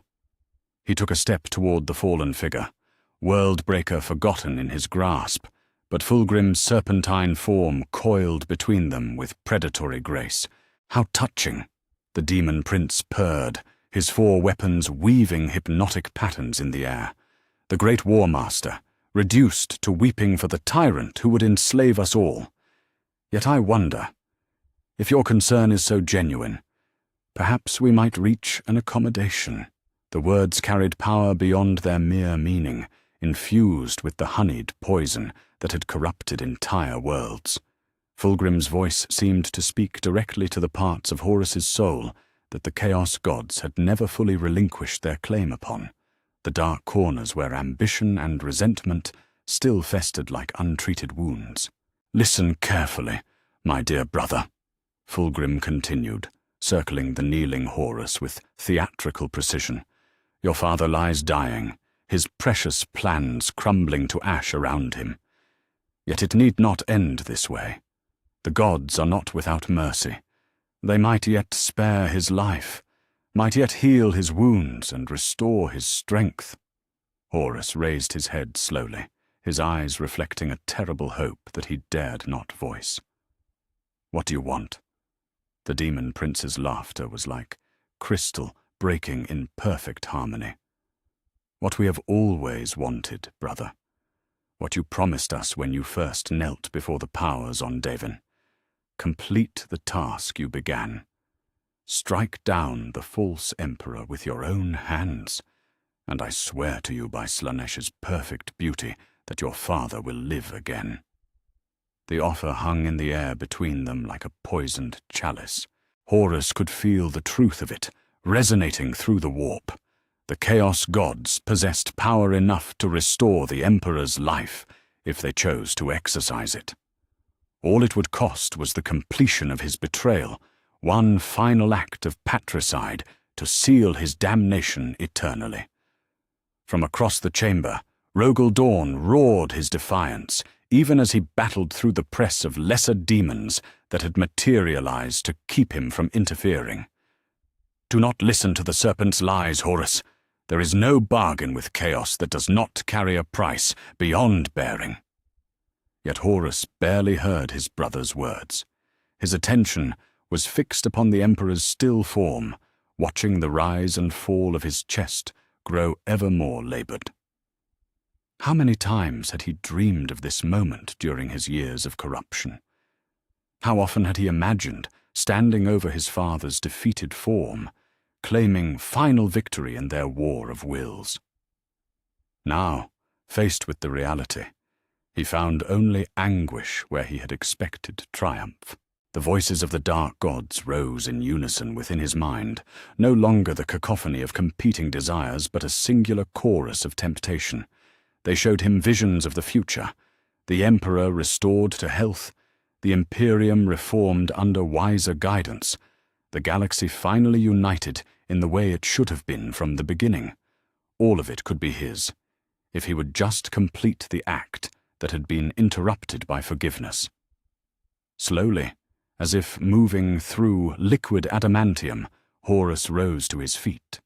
Worldbreaker felt impossibly heavy in his grasp, weighted down not by its physical mass, but by the magnitude of the choice before him.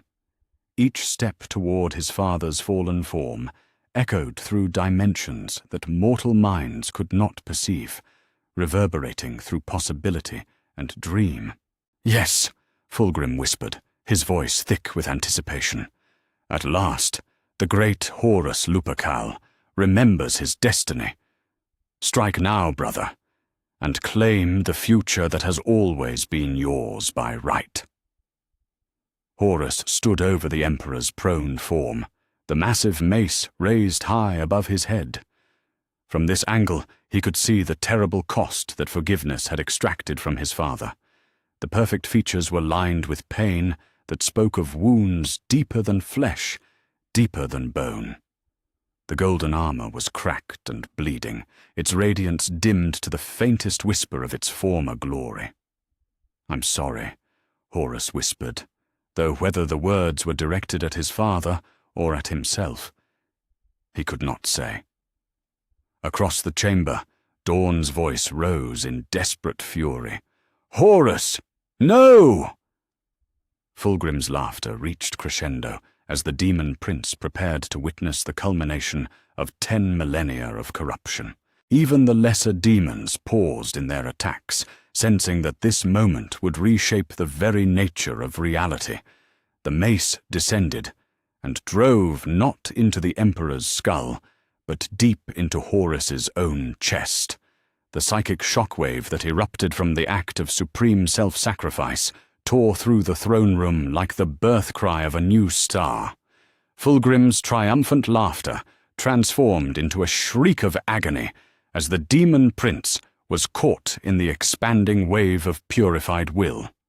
His perfect form began to unravel, the gifts of Slanesh proving insufficient protection against an act of love so absolute that it transcended mortal understanding. "Impossible!" Fulgrim screamed as his serpentine lower body began to dissipate into warp smoke. "You cannot reject what you are. The gods have claimed you." "The gods!" Horus gasped as golden blood flowed from the self-inflicted wound. Never understood what they were fighting against. It was never about power or dominion. It was about love. And love. Love cannot be claimed by force.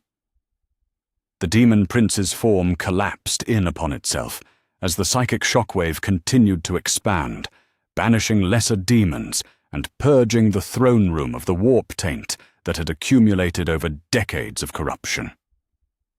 Fulgrim's final scream echoed across dimensions as he was cast back into the Imperium, his perfect flesh scattered to the cosmic winds. Yet even as victory was achieved, its cost became apparent. Horus collapsed beside his father, Worldbreaker clattering away across the marble floor as strength fled from his limbs. The self-inflicted wound had achieved its purpose. The corruption that had sustained him for so long was being burned away by his own purified will. But without that unholy strength, his mortal form began to fail. "My son," the Emperor whispered, somehow finding the strength to crawl to Horus's side despite his own grievous wounds. "What have you done?" "What I should have done years ago," Horus replied, his voice growing weaker as golden blood pooled beneath them both. I chose love over power. I chose you over the gods who promised me everything, but delivered only emptiness. The Emperor's hands found the terrible wound in his son's chest, and what remained of his divine power began to flow into the dying War Master.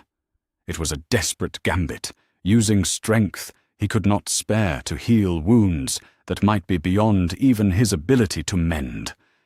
Yet the alternative was unthinkable. He had offered forgiveness, and Horus had accepted it at the ultimate cost. The least he could do was match that sacrifice with his own. "Live!" the Emperor commanded, his voice carrying the authority of one who had shaped the destiny of species. "Live, my son, and help me rebuild what we have both broken." Around them, the throne room began to stabilize as the psychic storm gradually subsided. Dawn and his warriors pressed forward through the dissipating demon smoke, their weapons at ready, but their hearts filled with an emotion they had not dared to hope for. The impossible had occurred. The War Master had chosen redemption over damnation, love over power, sacrifice over victory. Yet the cost was still being tallied. Both Emperor and Horus lay bleeding upon the cold marble, their combined blood mixing in patterns that seemed to speak of futures unwritten and possibilities reborn.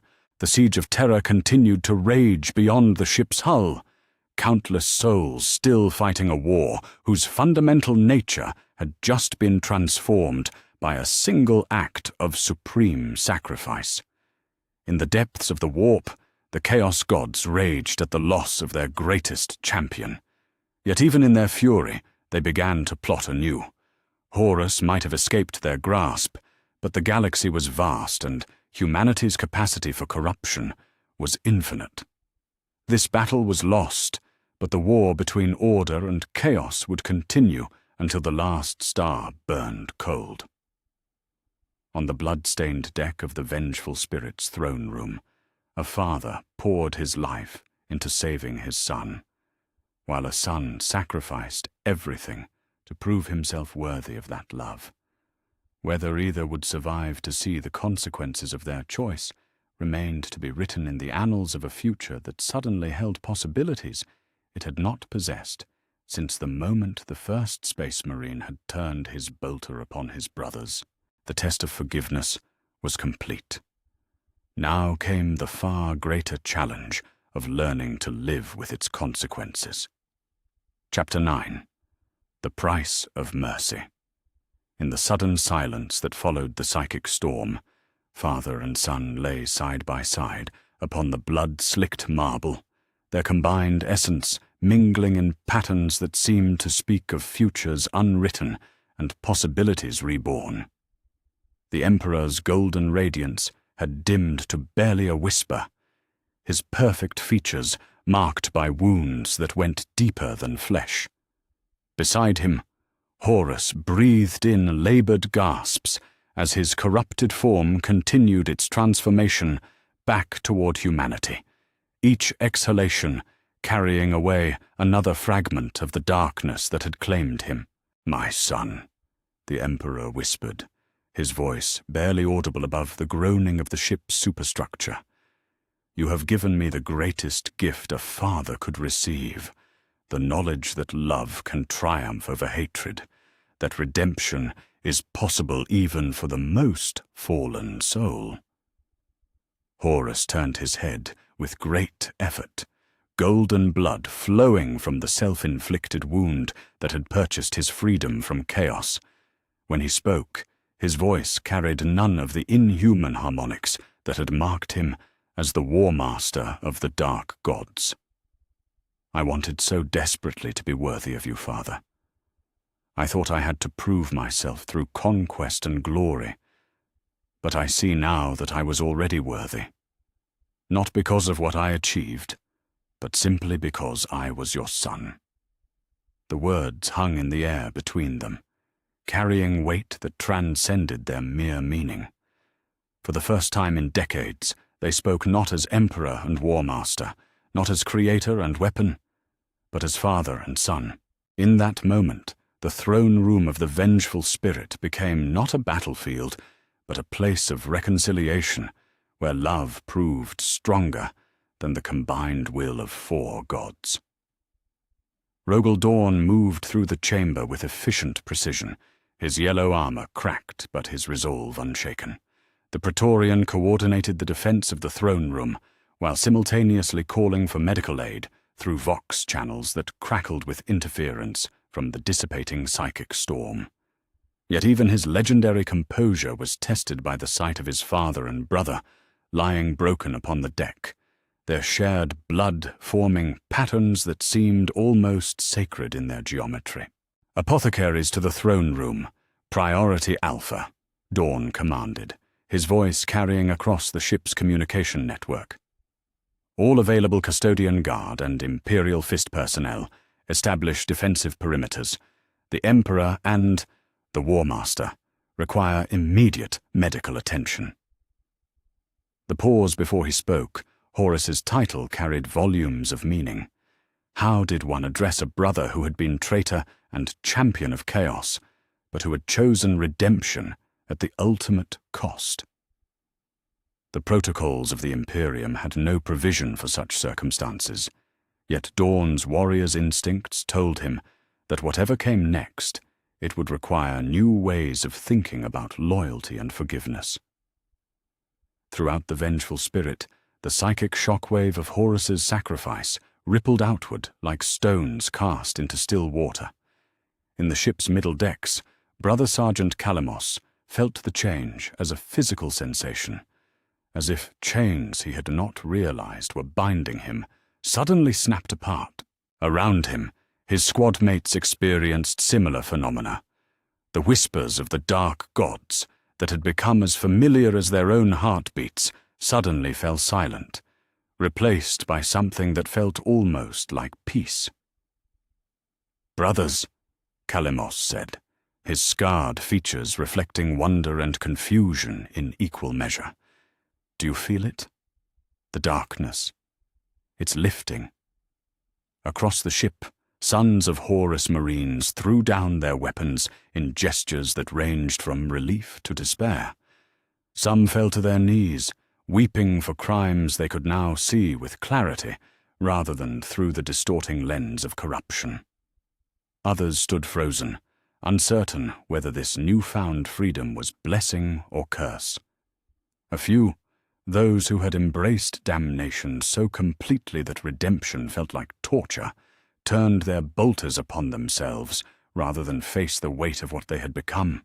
Yet for most, the sensation was one of homecoming, a return to the ideals they had once cherished as lunar wolves before corruption had twisted their purpose beyond recognition.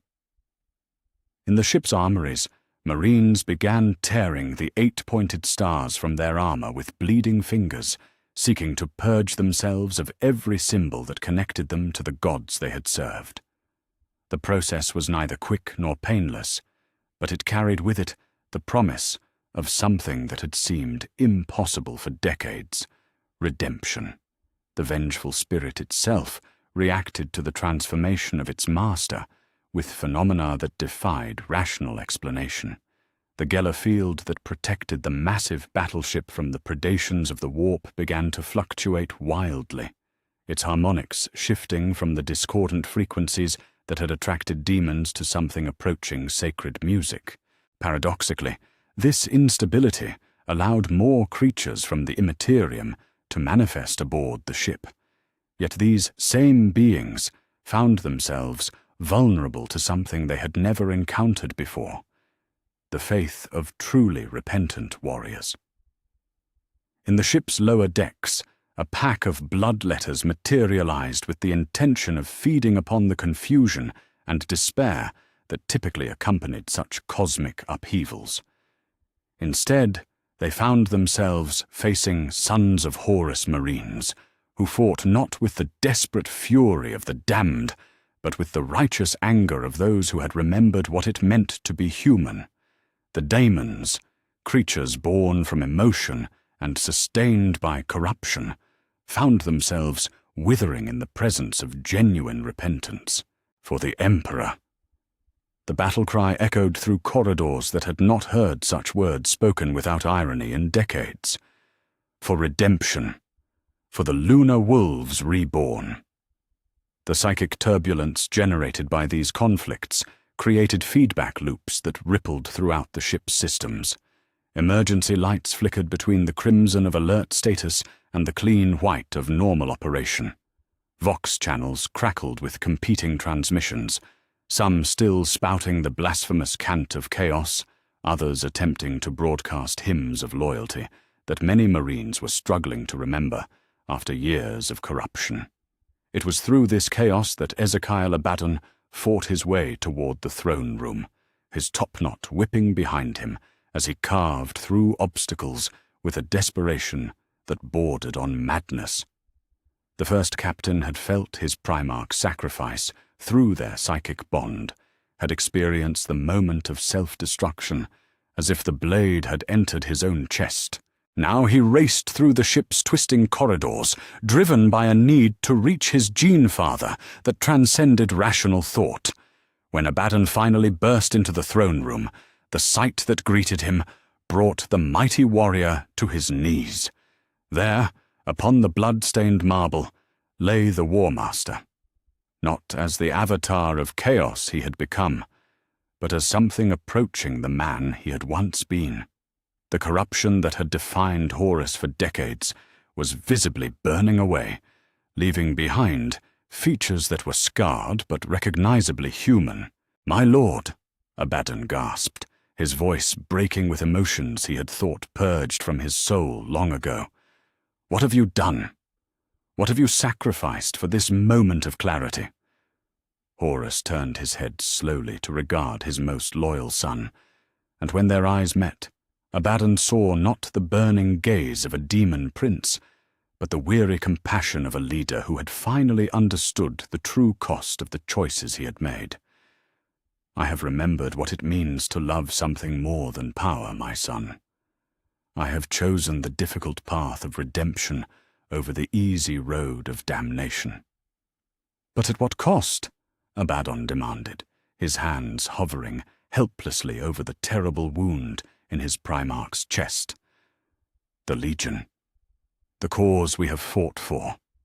What becomes of us now?" The Emperor, despite his own grievous wounds, somehow found the strength to speak. His voice was barely above a whisper, yet it carried with perfect clarity across the throne room. "Now you become what you were always meant to be, not weapons in service to hatred, but guardians of humanity's hope. The path will not be easy, and many will never forgive the crimes committed in darkness. Yet for those willing to walk it, redemption is possible." Horus nodded weakly, his gaze moving between his father and his most trusted son. "Ezekiel, you must help them understand. The sons of Horus must not simply abandon their past, but learn from it. We have seen the ultimate consequences of pride and ambition unchecked. We must ensure that such darkness never again claims hearts that were meant to serve the light." As if summoned by his words, other figures began to enter the throne room. Apothecaries bearing medical equipment, custodian guards maintaining their vigilant watch, Imperial Fist veterans whose yellow armor reflected the strange mixture of triumph and sorrow that defined this moment. Each arrival was witness to something unprecedented in the annals of the Imperium, a traitor Primarch who had chosen redemption over victory, love over power. The reports that began to filter back to Terra spoke of impossibilities that stretched the credibility of even the most faithful servants of the Emperor. The War Master had fallen, but not to the Emperor's blade. Rather, he had fallen to his own choice, striking down not his father, but the corruption that had claimed him. Across the vengeful spirit, the sons of Horus were laying down their arms, with many openly weeping as they beheld their Primarch dying but redeemed. In the deepest vaults beneath the Himalasian mountains, Malkador the Sigillite felt the cosmic shift through his connection to the Golden Throne. The psychic turbulence that had threatened to overwhelm Terra's defenses began to subside, replaced by something the ancient Psyker had not sensed in decades, genuine hope emanating from the heart of the enemy fleet. "Impossible," Malkador whispered to the empty chamber. Yet even as he spoke the word, he could feel the truth of what had occurred. The boy has chosen love over hatred. After all these years of warfare and corruption, he has remembered what it means to be human. Yet even in this moment of transcendence, darker forces were already adapting to the new reality. In the depths of the warp, the Chaos Gods raged at the loss of their greatest champion, yet their fury carried with it the seeds of new schemes. Horus might have escaped their grasp, but the galaxy remained filled with souls ripe for corruption. If they could not have the War Master, they would find other champions. If love had triumphed this day, then tomorrow they would test whether such love could endure the trials to come. "This is not the end," the dark gods whispered, through dimensions that mortal minds couldn't perceive. "This is merely another beginning. Let them celebrate their redemption. We shall return when they least expect it, when their guard is lowered and their hearts grown complacent. Love may have won this battle, but the war for humanity's soul will continue until the last star burns cold." In the throne room of the vengeful spirit, as father and son lay dying in each other's arms while their forces struggled to comprehend the magnitude of what had transpired, a new chapter in humanity's story was being written. It would not be a tale of easy victory or simple resolution, but rather the beginning of a longer, more complex struggle, one where redemption came at great cost, and forgiveness required both strength and wisdom to maintain. The price of mercy had been paid in blood and sacrifice. Now came the far greater challenge of proving that such a price had been worth paying. Chapter 10. A Galaxy Transformed. The news spread across Terra like wildfire, carried on vox channels that crackled with disbelief and whispered prayers of hope. The War Master had fallen, but not to the Emperor's blade. Rather, he had chosen redemption over victory, self-sacrifice over patricide. Across the war-torn world, the implications of this impossible development rippled outward in ways that no strategist could have predicted, transforming the siege of Terra from a desperate defense into something far more complex and dangerous. In the trenches before the Saturnine Gate, a company of iron warriors received the transmission with reactions that ranged from confusion to outright denial. These were warriors who had spent decades perfecting the art of siege warfare, who had reduced countless worlds to rubble in service to their bitter lord. Now they found themselves faced with questions that their military training had never prepared them to answer. "Stand down!" Sergeant Carax stared at the Vox unit as if it had begun speaking in demon tongue. "Our Primarch orders us to stand down, after everything we've sacrificed to reach this point." Around him, his squad exchanged uncertain glances. Through the psychic resonance that connected all Space Marines to their gene fathers, they could sense something unprecedented occurring aboard the distant vengeful spirit. The spiritual anchor that had sustained them through decades of corruption was shifting, transforming into something they barely recognized. Some companies obeyed the stand-down order immediately, their warriors throwing down siege equipment that had been blessed by the dark gods and walking away from trenches they had carved with their own hands. Others fought on with desperate fury, convinced that this was some elaborate ruse by the loyalist forces. A few simply stood frozen, caught between conflicting loyalties that threatened to tear their enhanced minds apart. The reaction among the Death Guard was equally complex. Mortarian's sons had followed their Primarch into Nurgle's embrace not out of ambition, but out of love. A twisted, diseased love that had convinced them they were saving the galaxy from the Emperor's cold perfection. Now, faced with evidence that redemption might be possible, they found themselves questioning everything they had believed for decades. Brother Typhus, herald of Nurgle and champion of the Death Guard, stood amid the ruins of the Lion's Gate spaceport and felt doubt gnawing at his rotting heart for the first time in centuries.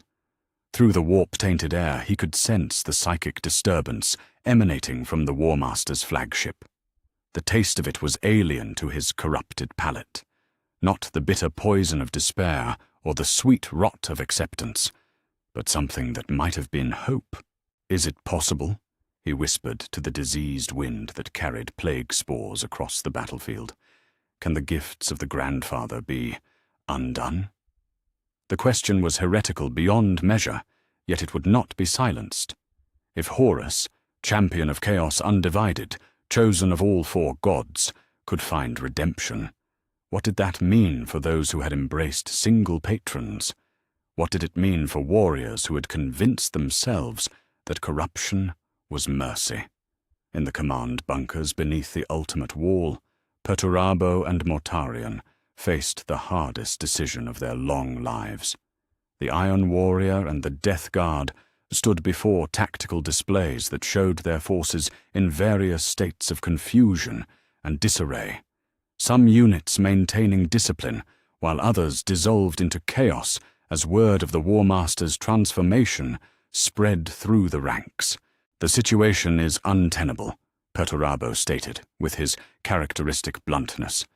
"Half our forces are laying down arms, the other half are fighting with the desperation of the doomed. Meanwhile, our spiritual anchor, the very foundation upon which this entire campaign was built, has chosen to align himself with the enemy." Mortarion's diseased features reflected an emotion that had no place in his repertoire of corruption. When he spoke, his voice carried undertones of something that might have been longing. "Do you think... Could we what?" Perturabo demanded, though his mechanical augmentations clicked with processing patterns that suggested he was calculating possibilities he had never before considered. "Throw ourselves upon the Emperor's mercy? Beg forgiveness for decades of warfare and betrayal? Accept that everything we've built might have been a mistake from the beginning?" The silence that followed stretched between them like a blade. Both Primarchs had committed too much to this war to retreat without consequence, yet both possessed the tactical intelligence to recognize when a situation had become impossible. If Horus, their spiritual leader and the architect of their rebellion, had chosen redemption, what did that say about the righteousness of their cause? "The Eye of Terror remains open to us," Mortarion said finally, his voice thick with diseased resignation. "We could retreat, preserve our forces, rebuild in the Imperium where the Emperor's reach cannot follow." "Cowardice," Perturabo replied, yet his tone carried no real conviction.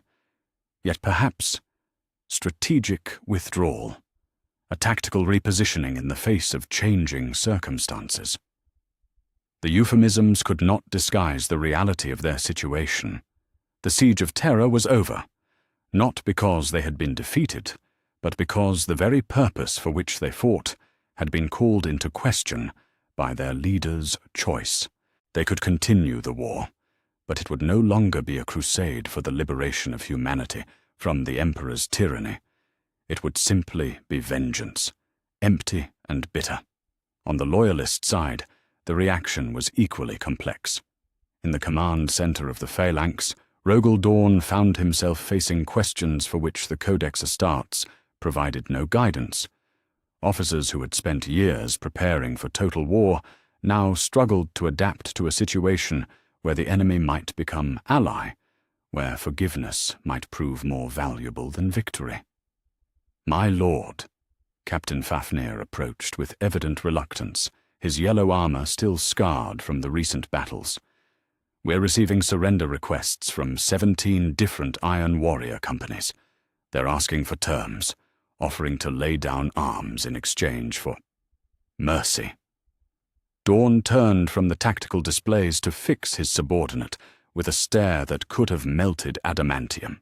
The Praetorian of Terror was a being whose entire existence had been defined by duty and loyalty, concepts that left little room for the complexities of forgiveness. Yet his father had chosen mercy over justice, had offered redemption to the very son who had betrayed them all. "What terms do they offer?" Dawn asked, his voice carefully neutral. "Complete surrender, my lord. They're willing to submit to imperial justice, to undergo whatever punishment we deem appropriate. Some are even volunteering for penitent crusades. They want to prove their renewed loyalty through service." The concept was almost beyond comprehension. Space Marines, the Emperor's finest warriors, begging for the chance to atone for their crimes through additional warfare. It spoke to something fundamental about the nature of redemption, that it could not be simply granted, but must be earned through deeds as well as words. "Prepare detention facilities," Dawn commanded, after a long moment of consideration. "They will be given the chance to prove their sincerity, but under guard and observation. Trust must be rebuilt gradually, not granted wholesale."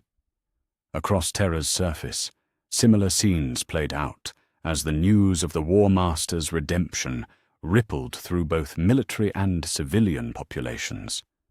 In the hive cities that had survived the siege, Imperial citizens emerged from bomb shelters and reinforced bunkers to witness something unprecedented: former enemies working alongside loyalist forces to clear rubble and tend to the wounded. In the ruins of Hive Tertius, a squad of blood angels watched in amazement as sons of Horus Marines used their enhanced strength to lift fallen masonry from trapped civilians. The sight was surreal beyond measure.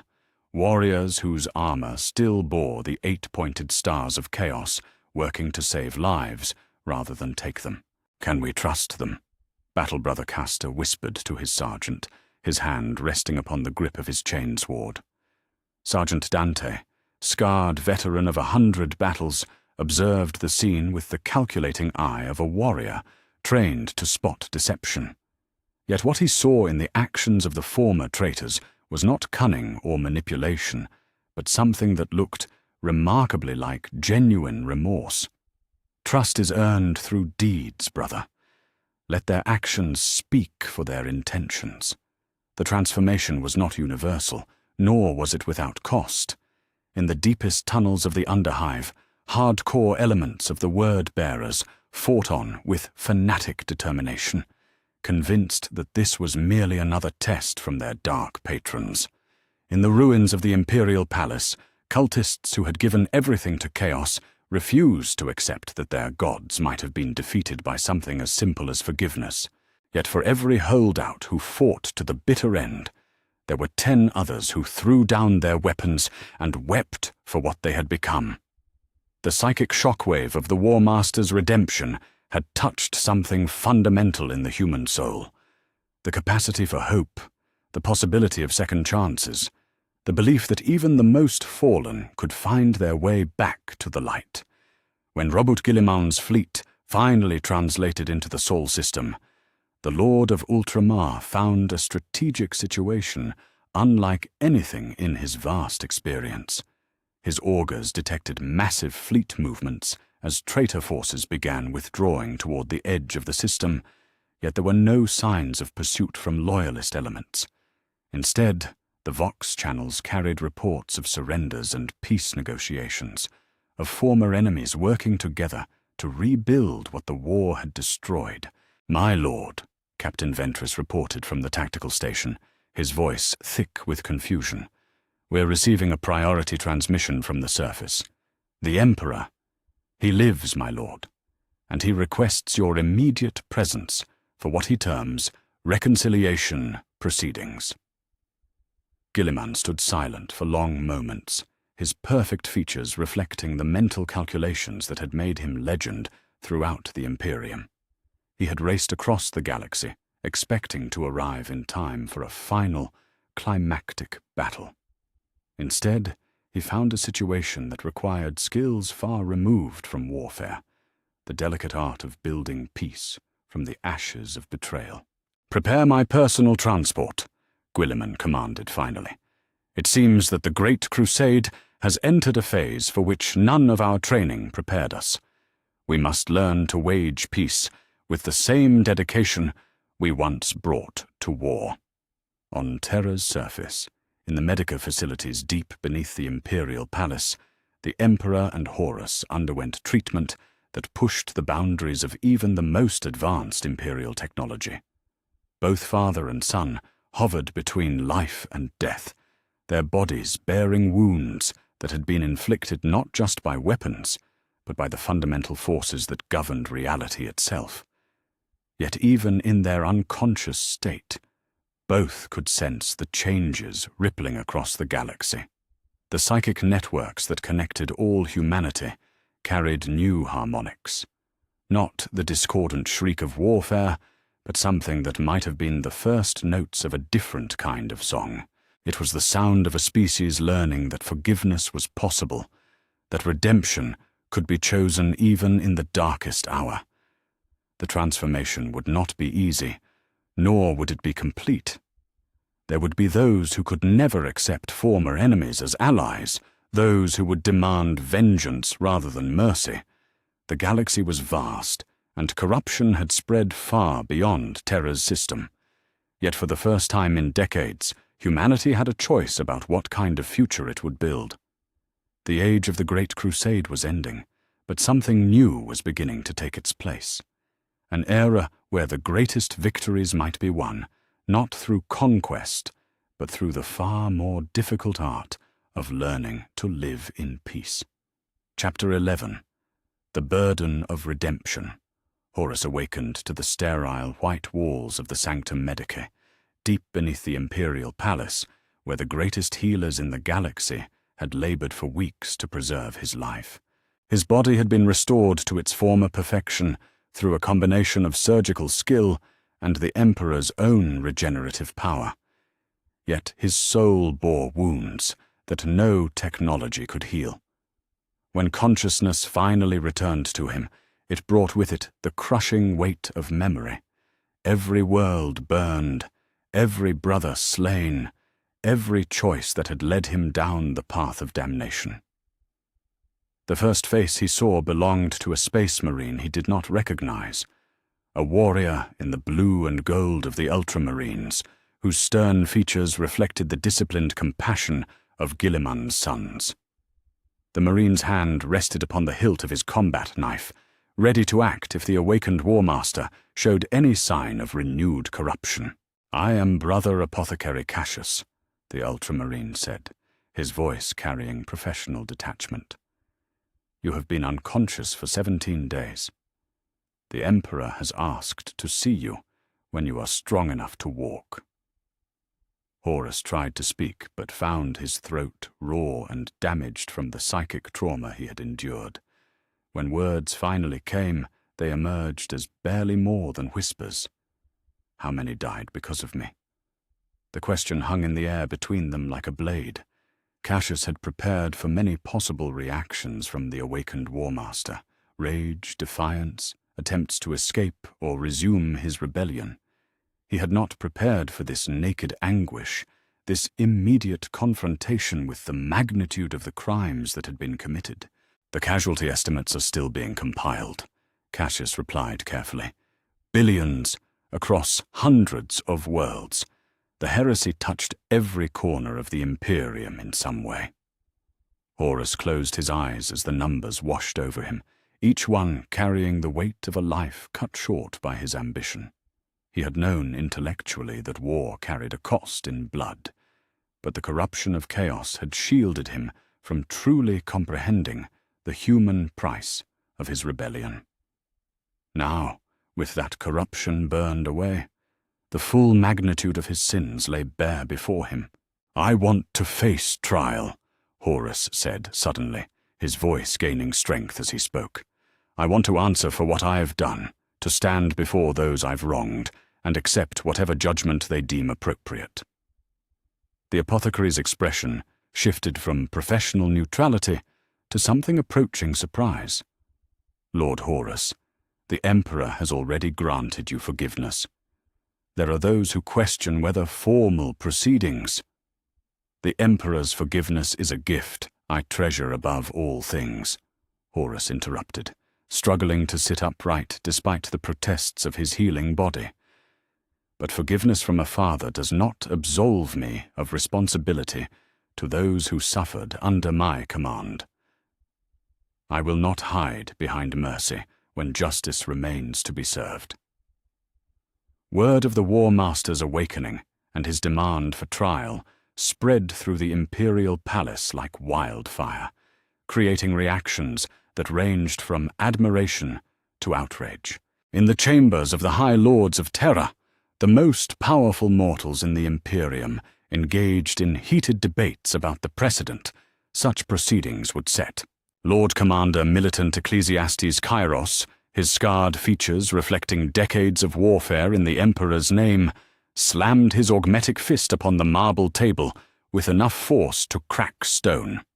"The traitor's guilt is beyond question. He has cost us billions of lives, entire star systems reduced to ash and bone. What trial is needed when the evidence of his crimes spans the galaxy?" High Admiral Lansung, her naval uniform bearing decorations earned in void battles across the Crusade, raised a more pragmatic concern. The question is not his guilt, but the implications of formal proceedings. If we put the War Master on trial, we legitimize the possibility that other traitors might also seek redemption through our courts. Are we prepared for that precedent? The debate raged for hours, touching upon questions of justice, mercy, and the fundamental nature of imperial law. Some argued that the Emperor's forgiveness was sufficient, that formal trials would only reopen wounds that were beginning to heal. Others maintained that justice required public proceedings, that the victims of the heresy deserved to see their oppressor held accountable. It was Lord Malcador who finally brought clarity to the discussion. The ancient sigillite, still weakened from his ordeal maintaining the Golden Throne, spoke with the authority of one who had stood at the Emperor's side since the founding of the Imperium. "The question before us is not whether Horus deserves trial," Malcador said, his voice carrying across the chamber with quiet authority. "The question is whether we are strong enough as a civilization to show that mercy and justice can coexist. That redemption is possible, but only through the acceptance of consequences." Yet even as the High Lords debated, the reaction among the Adeptus Astartes was far from uniform. In the fortress monastery of the Dark Angels on distant Caliban, Supreme Grandmaster Luther read the reports of Horus's redemption with emotions that ranged from hope to bitter skepticism. The Lion's Lieutenant had his own secrets to bear, his own temptations to resist, and the news that even the greatest traitor might find redemption stirred feelings he had thought long buried. Other chapters reacted with open hostility to any suggestion that the War Master's crimes could be forgiven. The Iron Hands, already bitter over the loss of their Primarch Ferrus Manus to Fulgrim's blade, saw the offer of redemption to traitors as a betrayal of their fallen father's memory. Chapter Master Cardan Stronos spoke for many when he declared that the only justice worthy of the name would be the War Master's execution.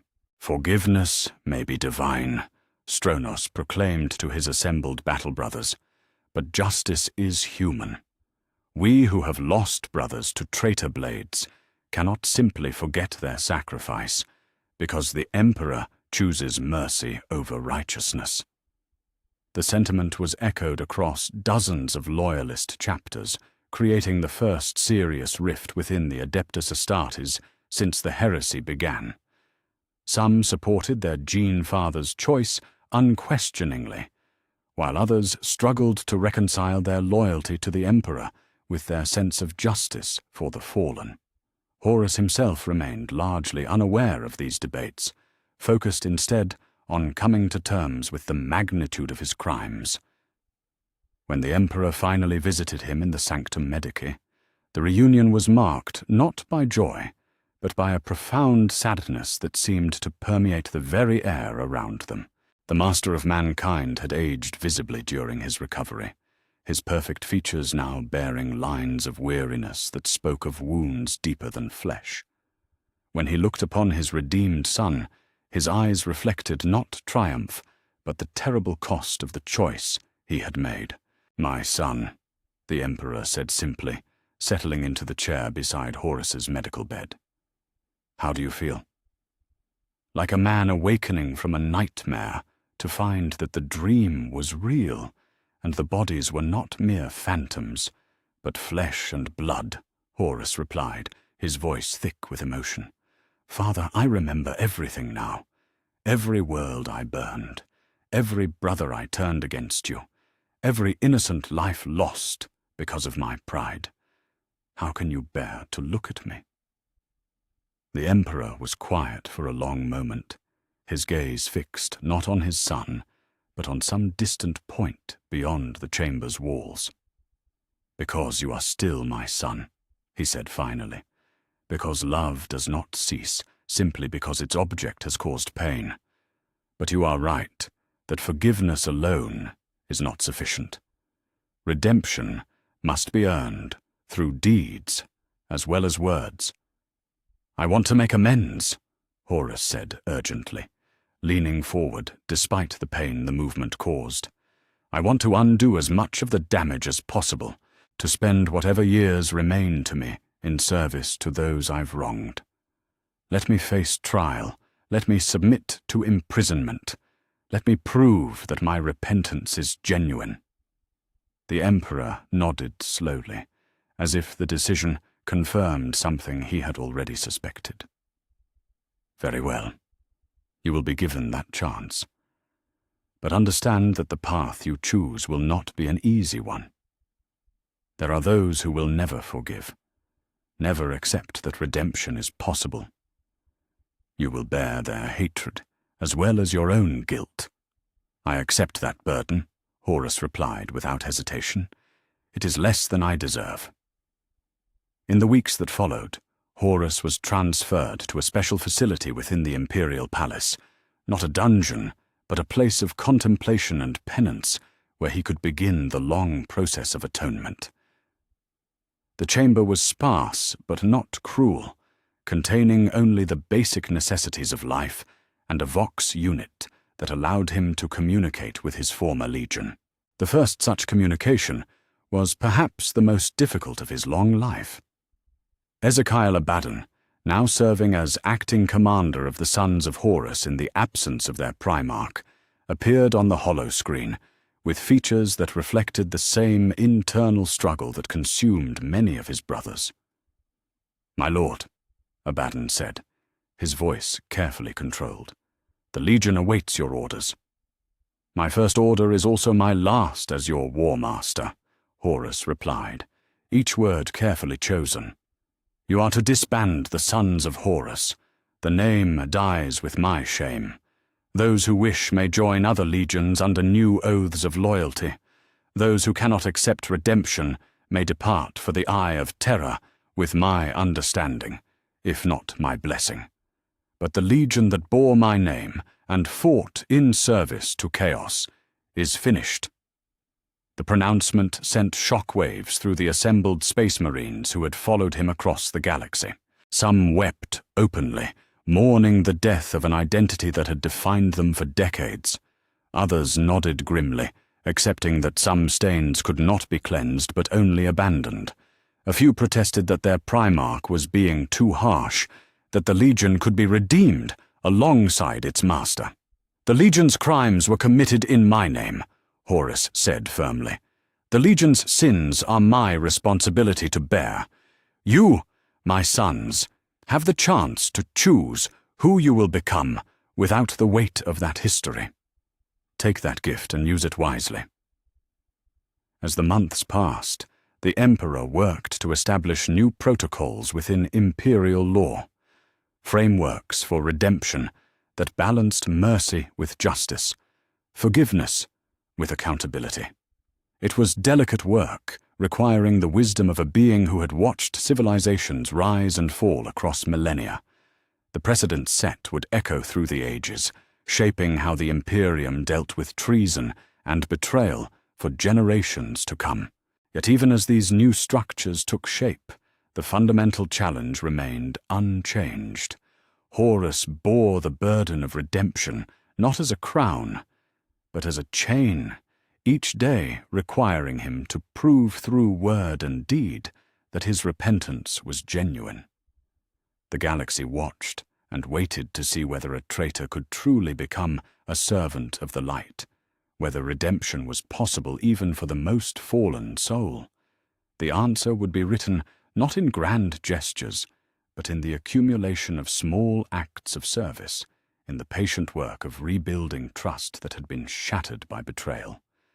It was a burden that would last lifetimes, carried by a son who had learned that love was not about being worthy of forgiveness, but about proving oneself worthy of the chance to earn it back. Chapter 12. The dream endures. 10 years had passed since the moment when a father's love had proven stronger than 4 gods' hatred, and the Imperium that emerged from that choice bore only passing resemblance to the realm that had existed before. In the training halls deep beneath the Imperial Palace, a figure in simple grey robes moved among young space marines with the quiet authority of one who had learned to command through service rather than dominion. The scars that marked his face spoke of battles fought and losses endured, yet there was a peace in his manner that came from hard-won wisdom. "Remember," Horus said to the assembled neophytes, his voice carrying across the training chamber with quiet intensity, "corruption doesn't announce itself with fanfare and obvious temptation. It comes as a whisper in moments of doubt, as justification for choices that feel right in isolation but lead to darkness when viewed in their entirety. The greatest weapon against it is not strength of arms, but clarity of purpose." The young warriors listened with rapt attention to lessons that no other being in the galaxy could teach. Here was one who had walked to the very edge of damnation and somehow found his way back, who could speak of the ruinous powers not as distant threats, but as intimate enemies he had faced within his own soul. His knowledge was purchased with suffering that would have broken lesser minds, yet he shared it freely with any who sought to learn. Brother Nathaniel, recently elevated from the ranks of the Imperial Fists, raised his hand with the earnest curiosity that marked him as one of Dawn's gene sons. "Master Horus, how does one recognize the moment when righteous anger becomes something darker?" The question touched upon the central paradox that defined the current age. The galaxy remained a hostile place where violence was often necessary, where righteous fury could mean the difference between victory and catastrophe. Yet the line between justified wrath and corrupting hatred remained perilously thin, especially for beings bred for war. When your anger serves something greater than yourself, it can be righteous, Horus replied after a moment of contemplation. When it serves only your own pride, your own pain, your own desire for vengeance, it has already begun to corrupt you. The challenge lies in maintaining that distinction when the heat of battle clouds, judgment, and pain makes righteousness feel indistinguishable from personal grievance. The wisdom was hard-earned, purchased through decades of service, that had slowly rebuilt trust between the redeemed War Master and the Imperium he had once betrayed. Horus had never again been granted supreme command. That burden now rested with others deemed more trustworthy. Yet his contributions to the Imperial war effort had proven invaluable in ways that transcended mere strategy.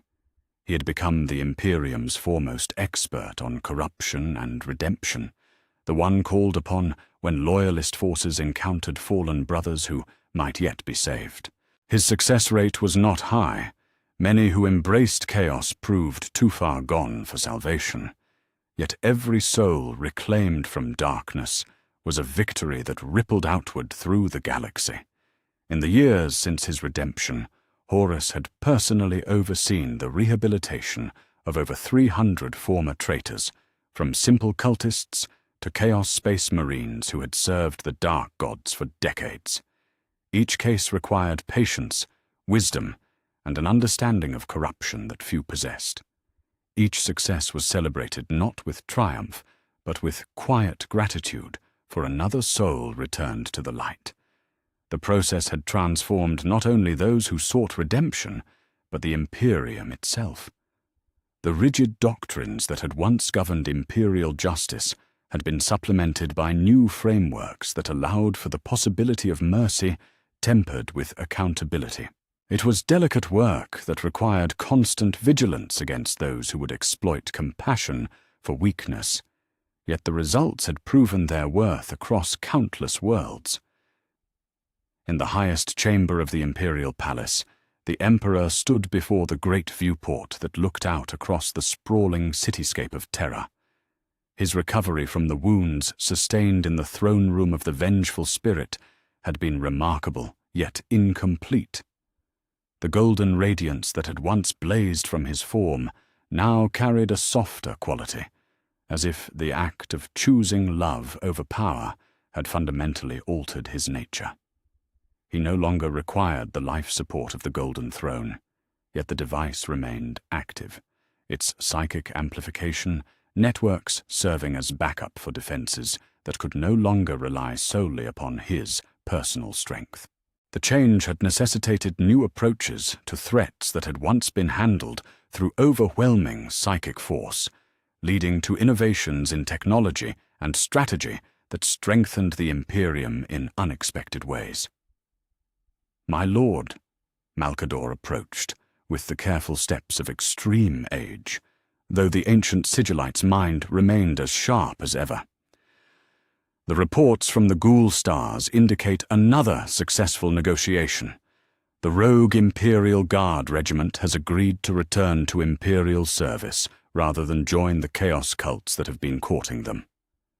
The Emperor nodded, without turning from the viewport, his attention fixed upon the distant stars, where his sons continued the Great Crusade under new mandates. The conquest of worlds continued, but the methods had evolved to emphasize integration over domination, understanding over force. The change had not been without cost. Some worlds that might have been claimed quickly through violence now required years of careful diplomacy, yet the compliance rate for integrated worlds was far higher than those taken by force alone. "Any word from Guilliman's expedition?"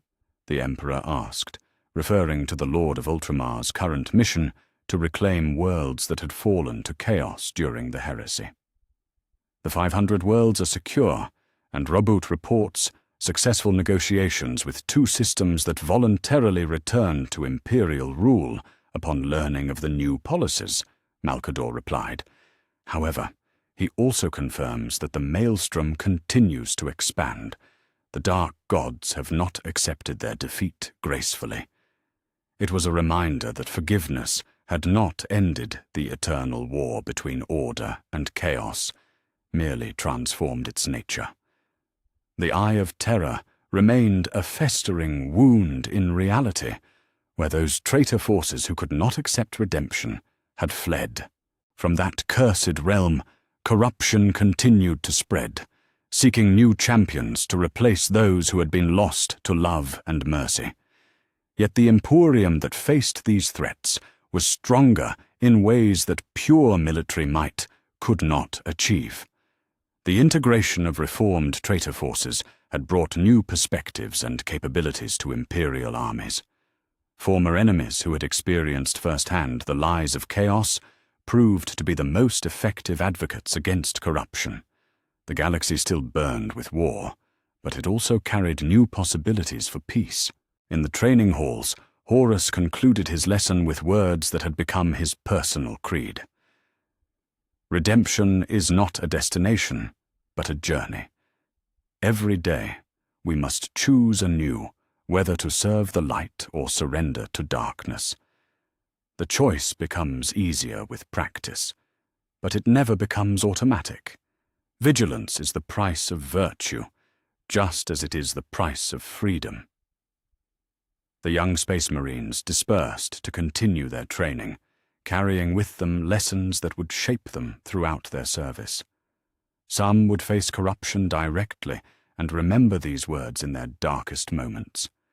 Others would encounter fallen brothers and offer them chances at redemption rather than immediate execution. All would carry forward the knowledge that even the most fallen could find their way back to the light if they possessed the courage to choose it. As evening fell across Terra, father and son walked together through gardens that had been replanted in the aftermath of the siege. The vegetation was still young, its growth carefully tended by servitors who worked with the patience of centuries.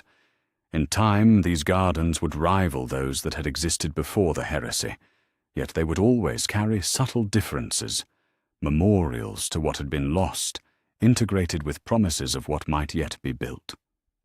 "Do you ever regret it?" Horus asked, as they paused beside a fountain that reflected the dying light of Terra's sun. "The choice you made in that throne room, the price it has cost in terms of your own power, the complexity it has added to everything we do." The Emperor was quiet for a long moment, his gaze fixed upon the water that flowed in patterns both ancient and new. When he spoke, his voice carried the weight of absolute certainty, tempered by profound humility. "Every choice carries regrets, my son. Had I chosen differently, I would grieve for the soul I failed to save. By choosing mercy, I grieve for those who died, while we learned to implement it wisely. Yet you would make the same choice again." "Without hesitation," the Emperor replied, "not because it was easy, but because it was right. The galaxy is vast and full of darkness, yet every soul reclaimed from corruption makes it a little brighter. That light, however small, justifies any cost." They stood together in comfortable silence as night settled across the Imperium, two beings who had learned that love was not weakness, but the hardest strength of all. Around them, a galaxy continued to burn with war and corruption, yet it also carried possibilities that had not existed since the dawn of the Age of Strife. The dream of unity that had driven the Great Crusade had not died with the heresy. It had evolved, becoming something more complex, but ultimately more durable than its original form. It was no longer a dream of conquest imposed from above, but one of cooperation built from understanding. The price had been measured in blood and suffering, yet the currency had purchased something precious beyond measure. In the gardens of the Imperial Palace, as father and son walked together beneath alien stars, the future remained unwritten. Threats would rise and heroes would fall, corruption would spread, and redemption would answer. The eternal war between light and darkness would continue, as it always had and always would. Yet for the first time in 10 millennia, that war was being fought not merely with weapons and will, but with something far more dangerous to the forces of chaos. Hope, the most fragile and most powerful force in the galaxy, carefully tended by those who had learned that even the greatest darkness could not extinguish a light freely offered and freely received. Whether that hope would prove sufficient for the trials to come remained to be written, but its mere existence was victory enough for those who remembered when such light seemed impossible. The dream endured, transformed but unbroken, a testament to the power of love to triumph over hatred when courage met compassion in the fires of choice.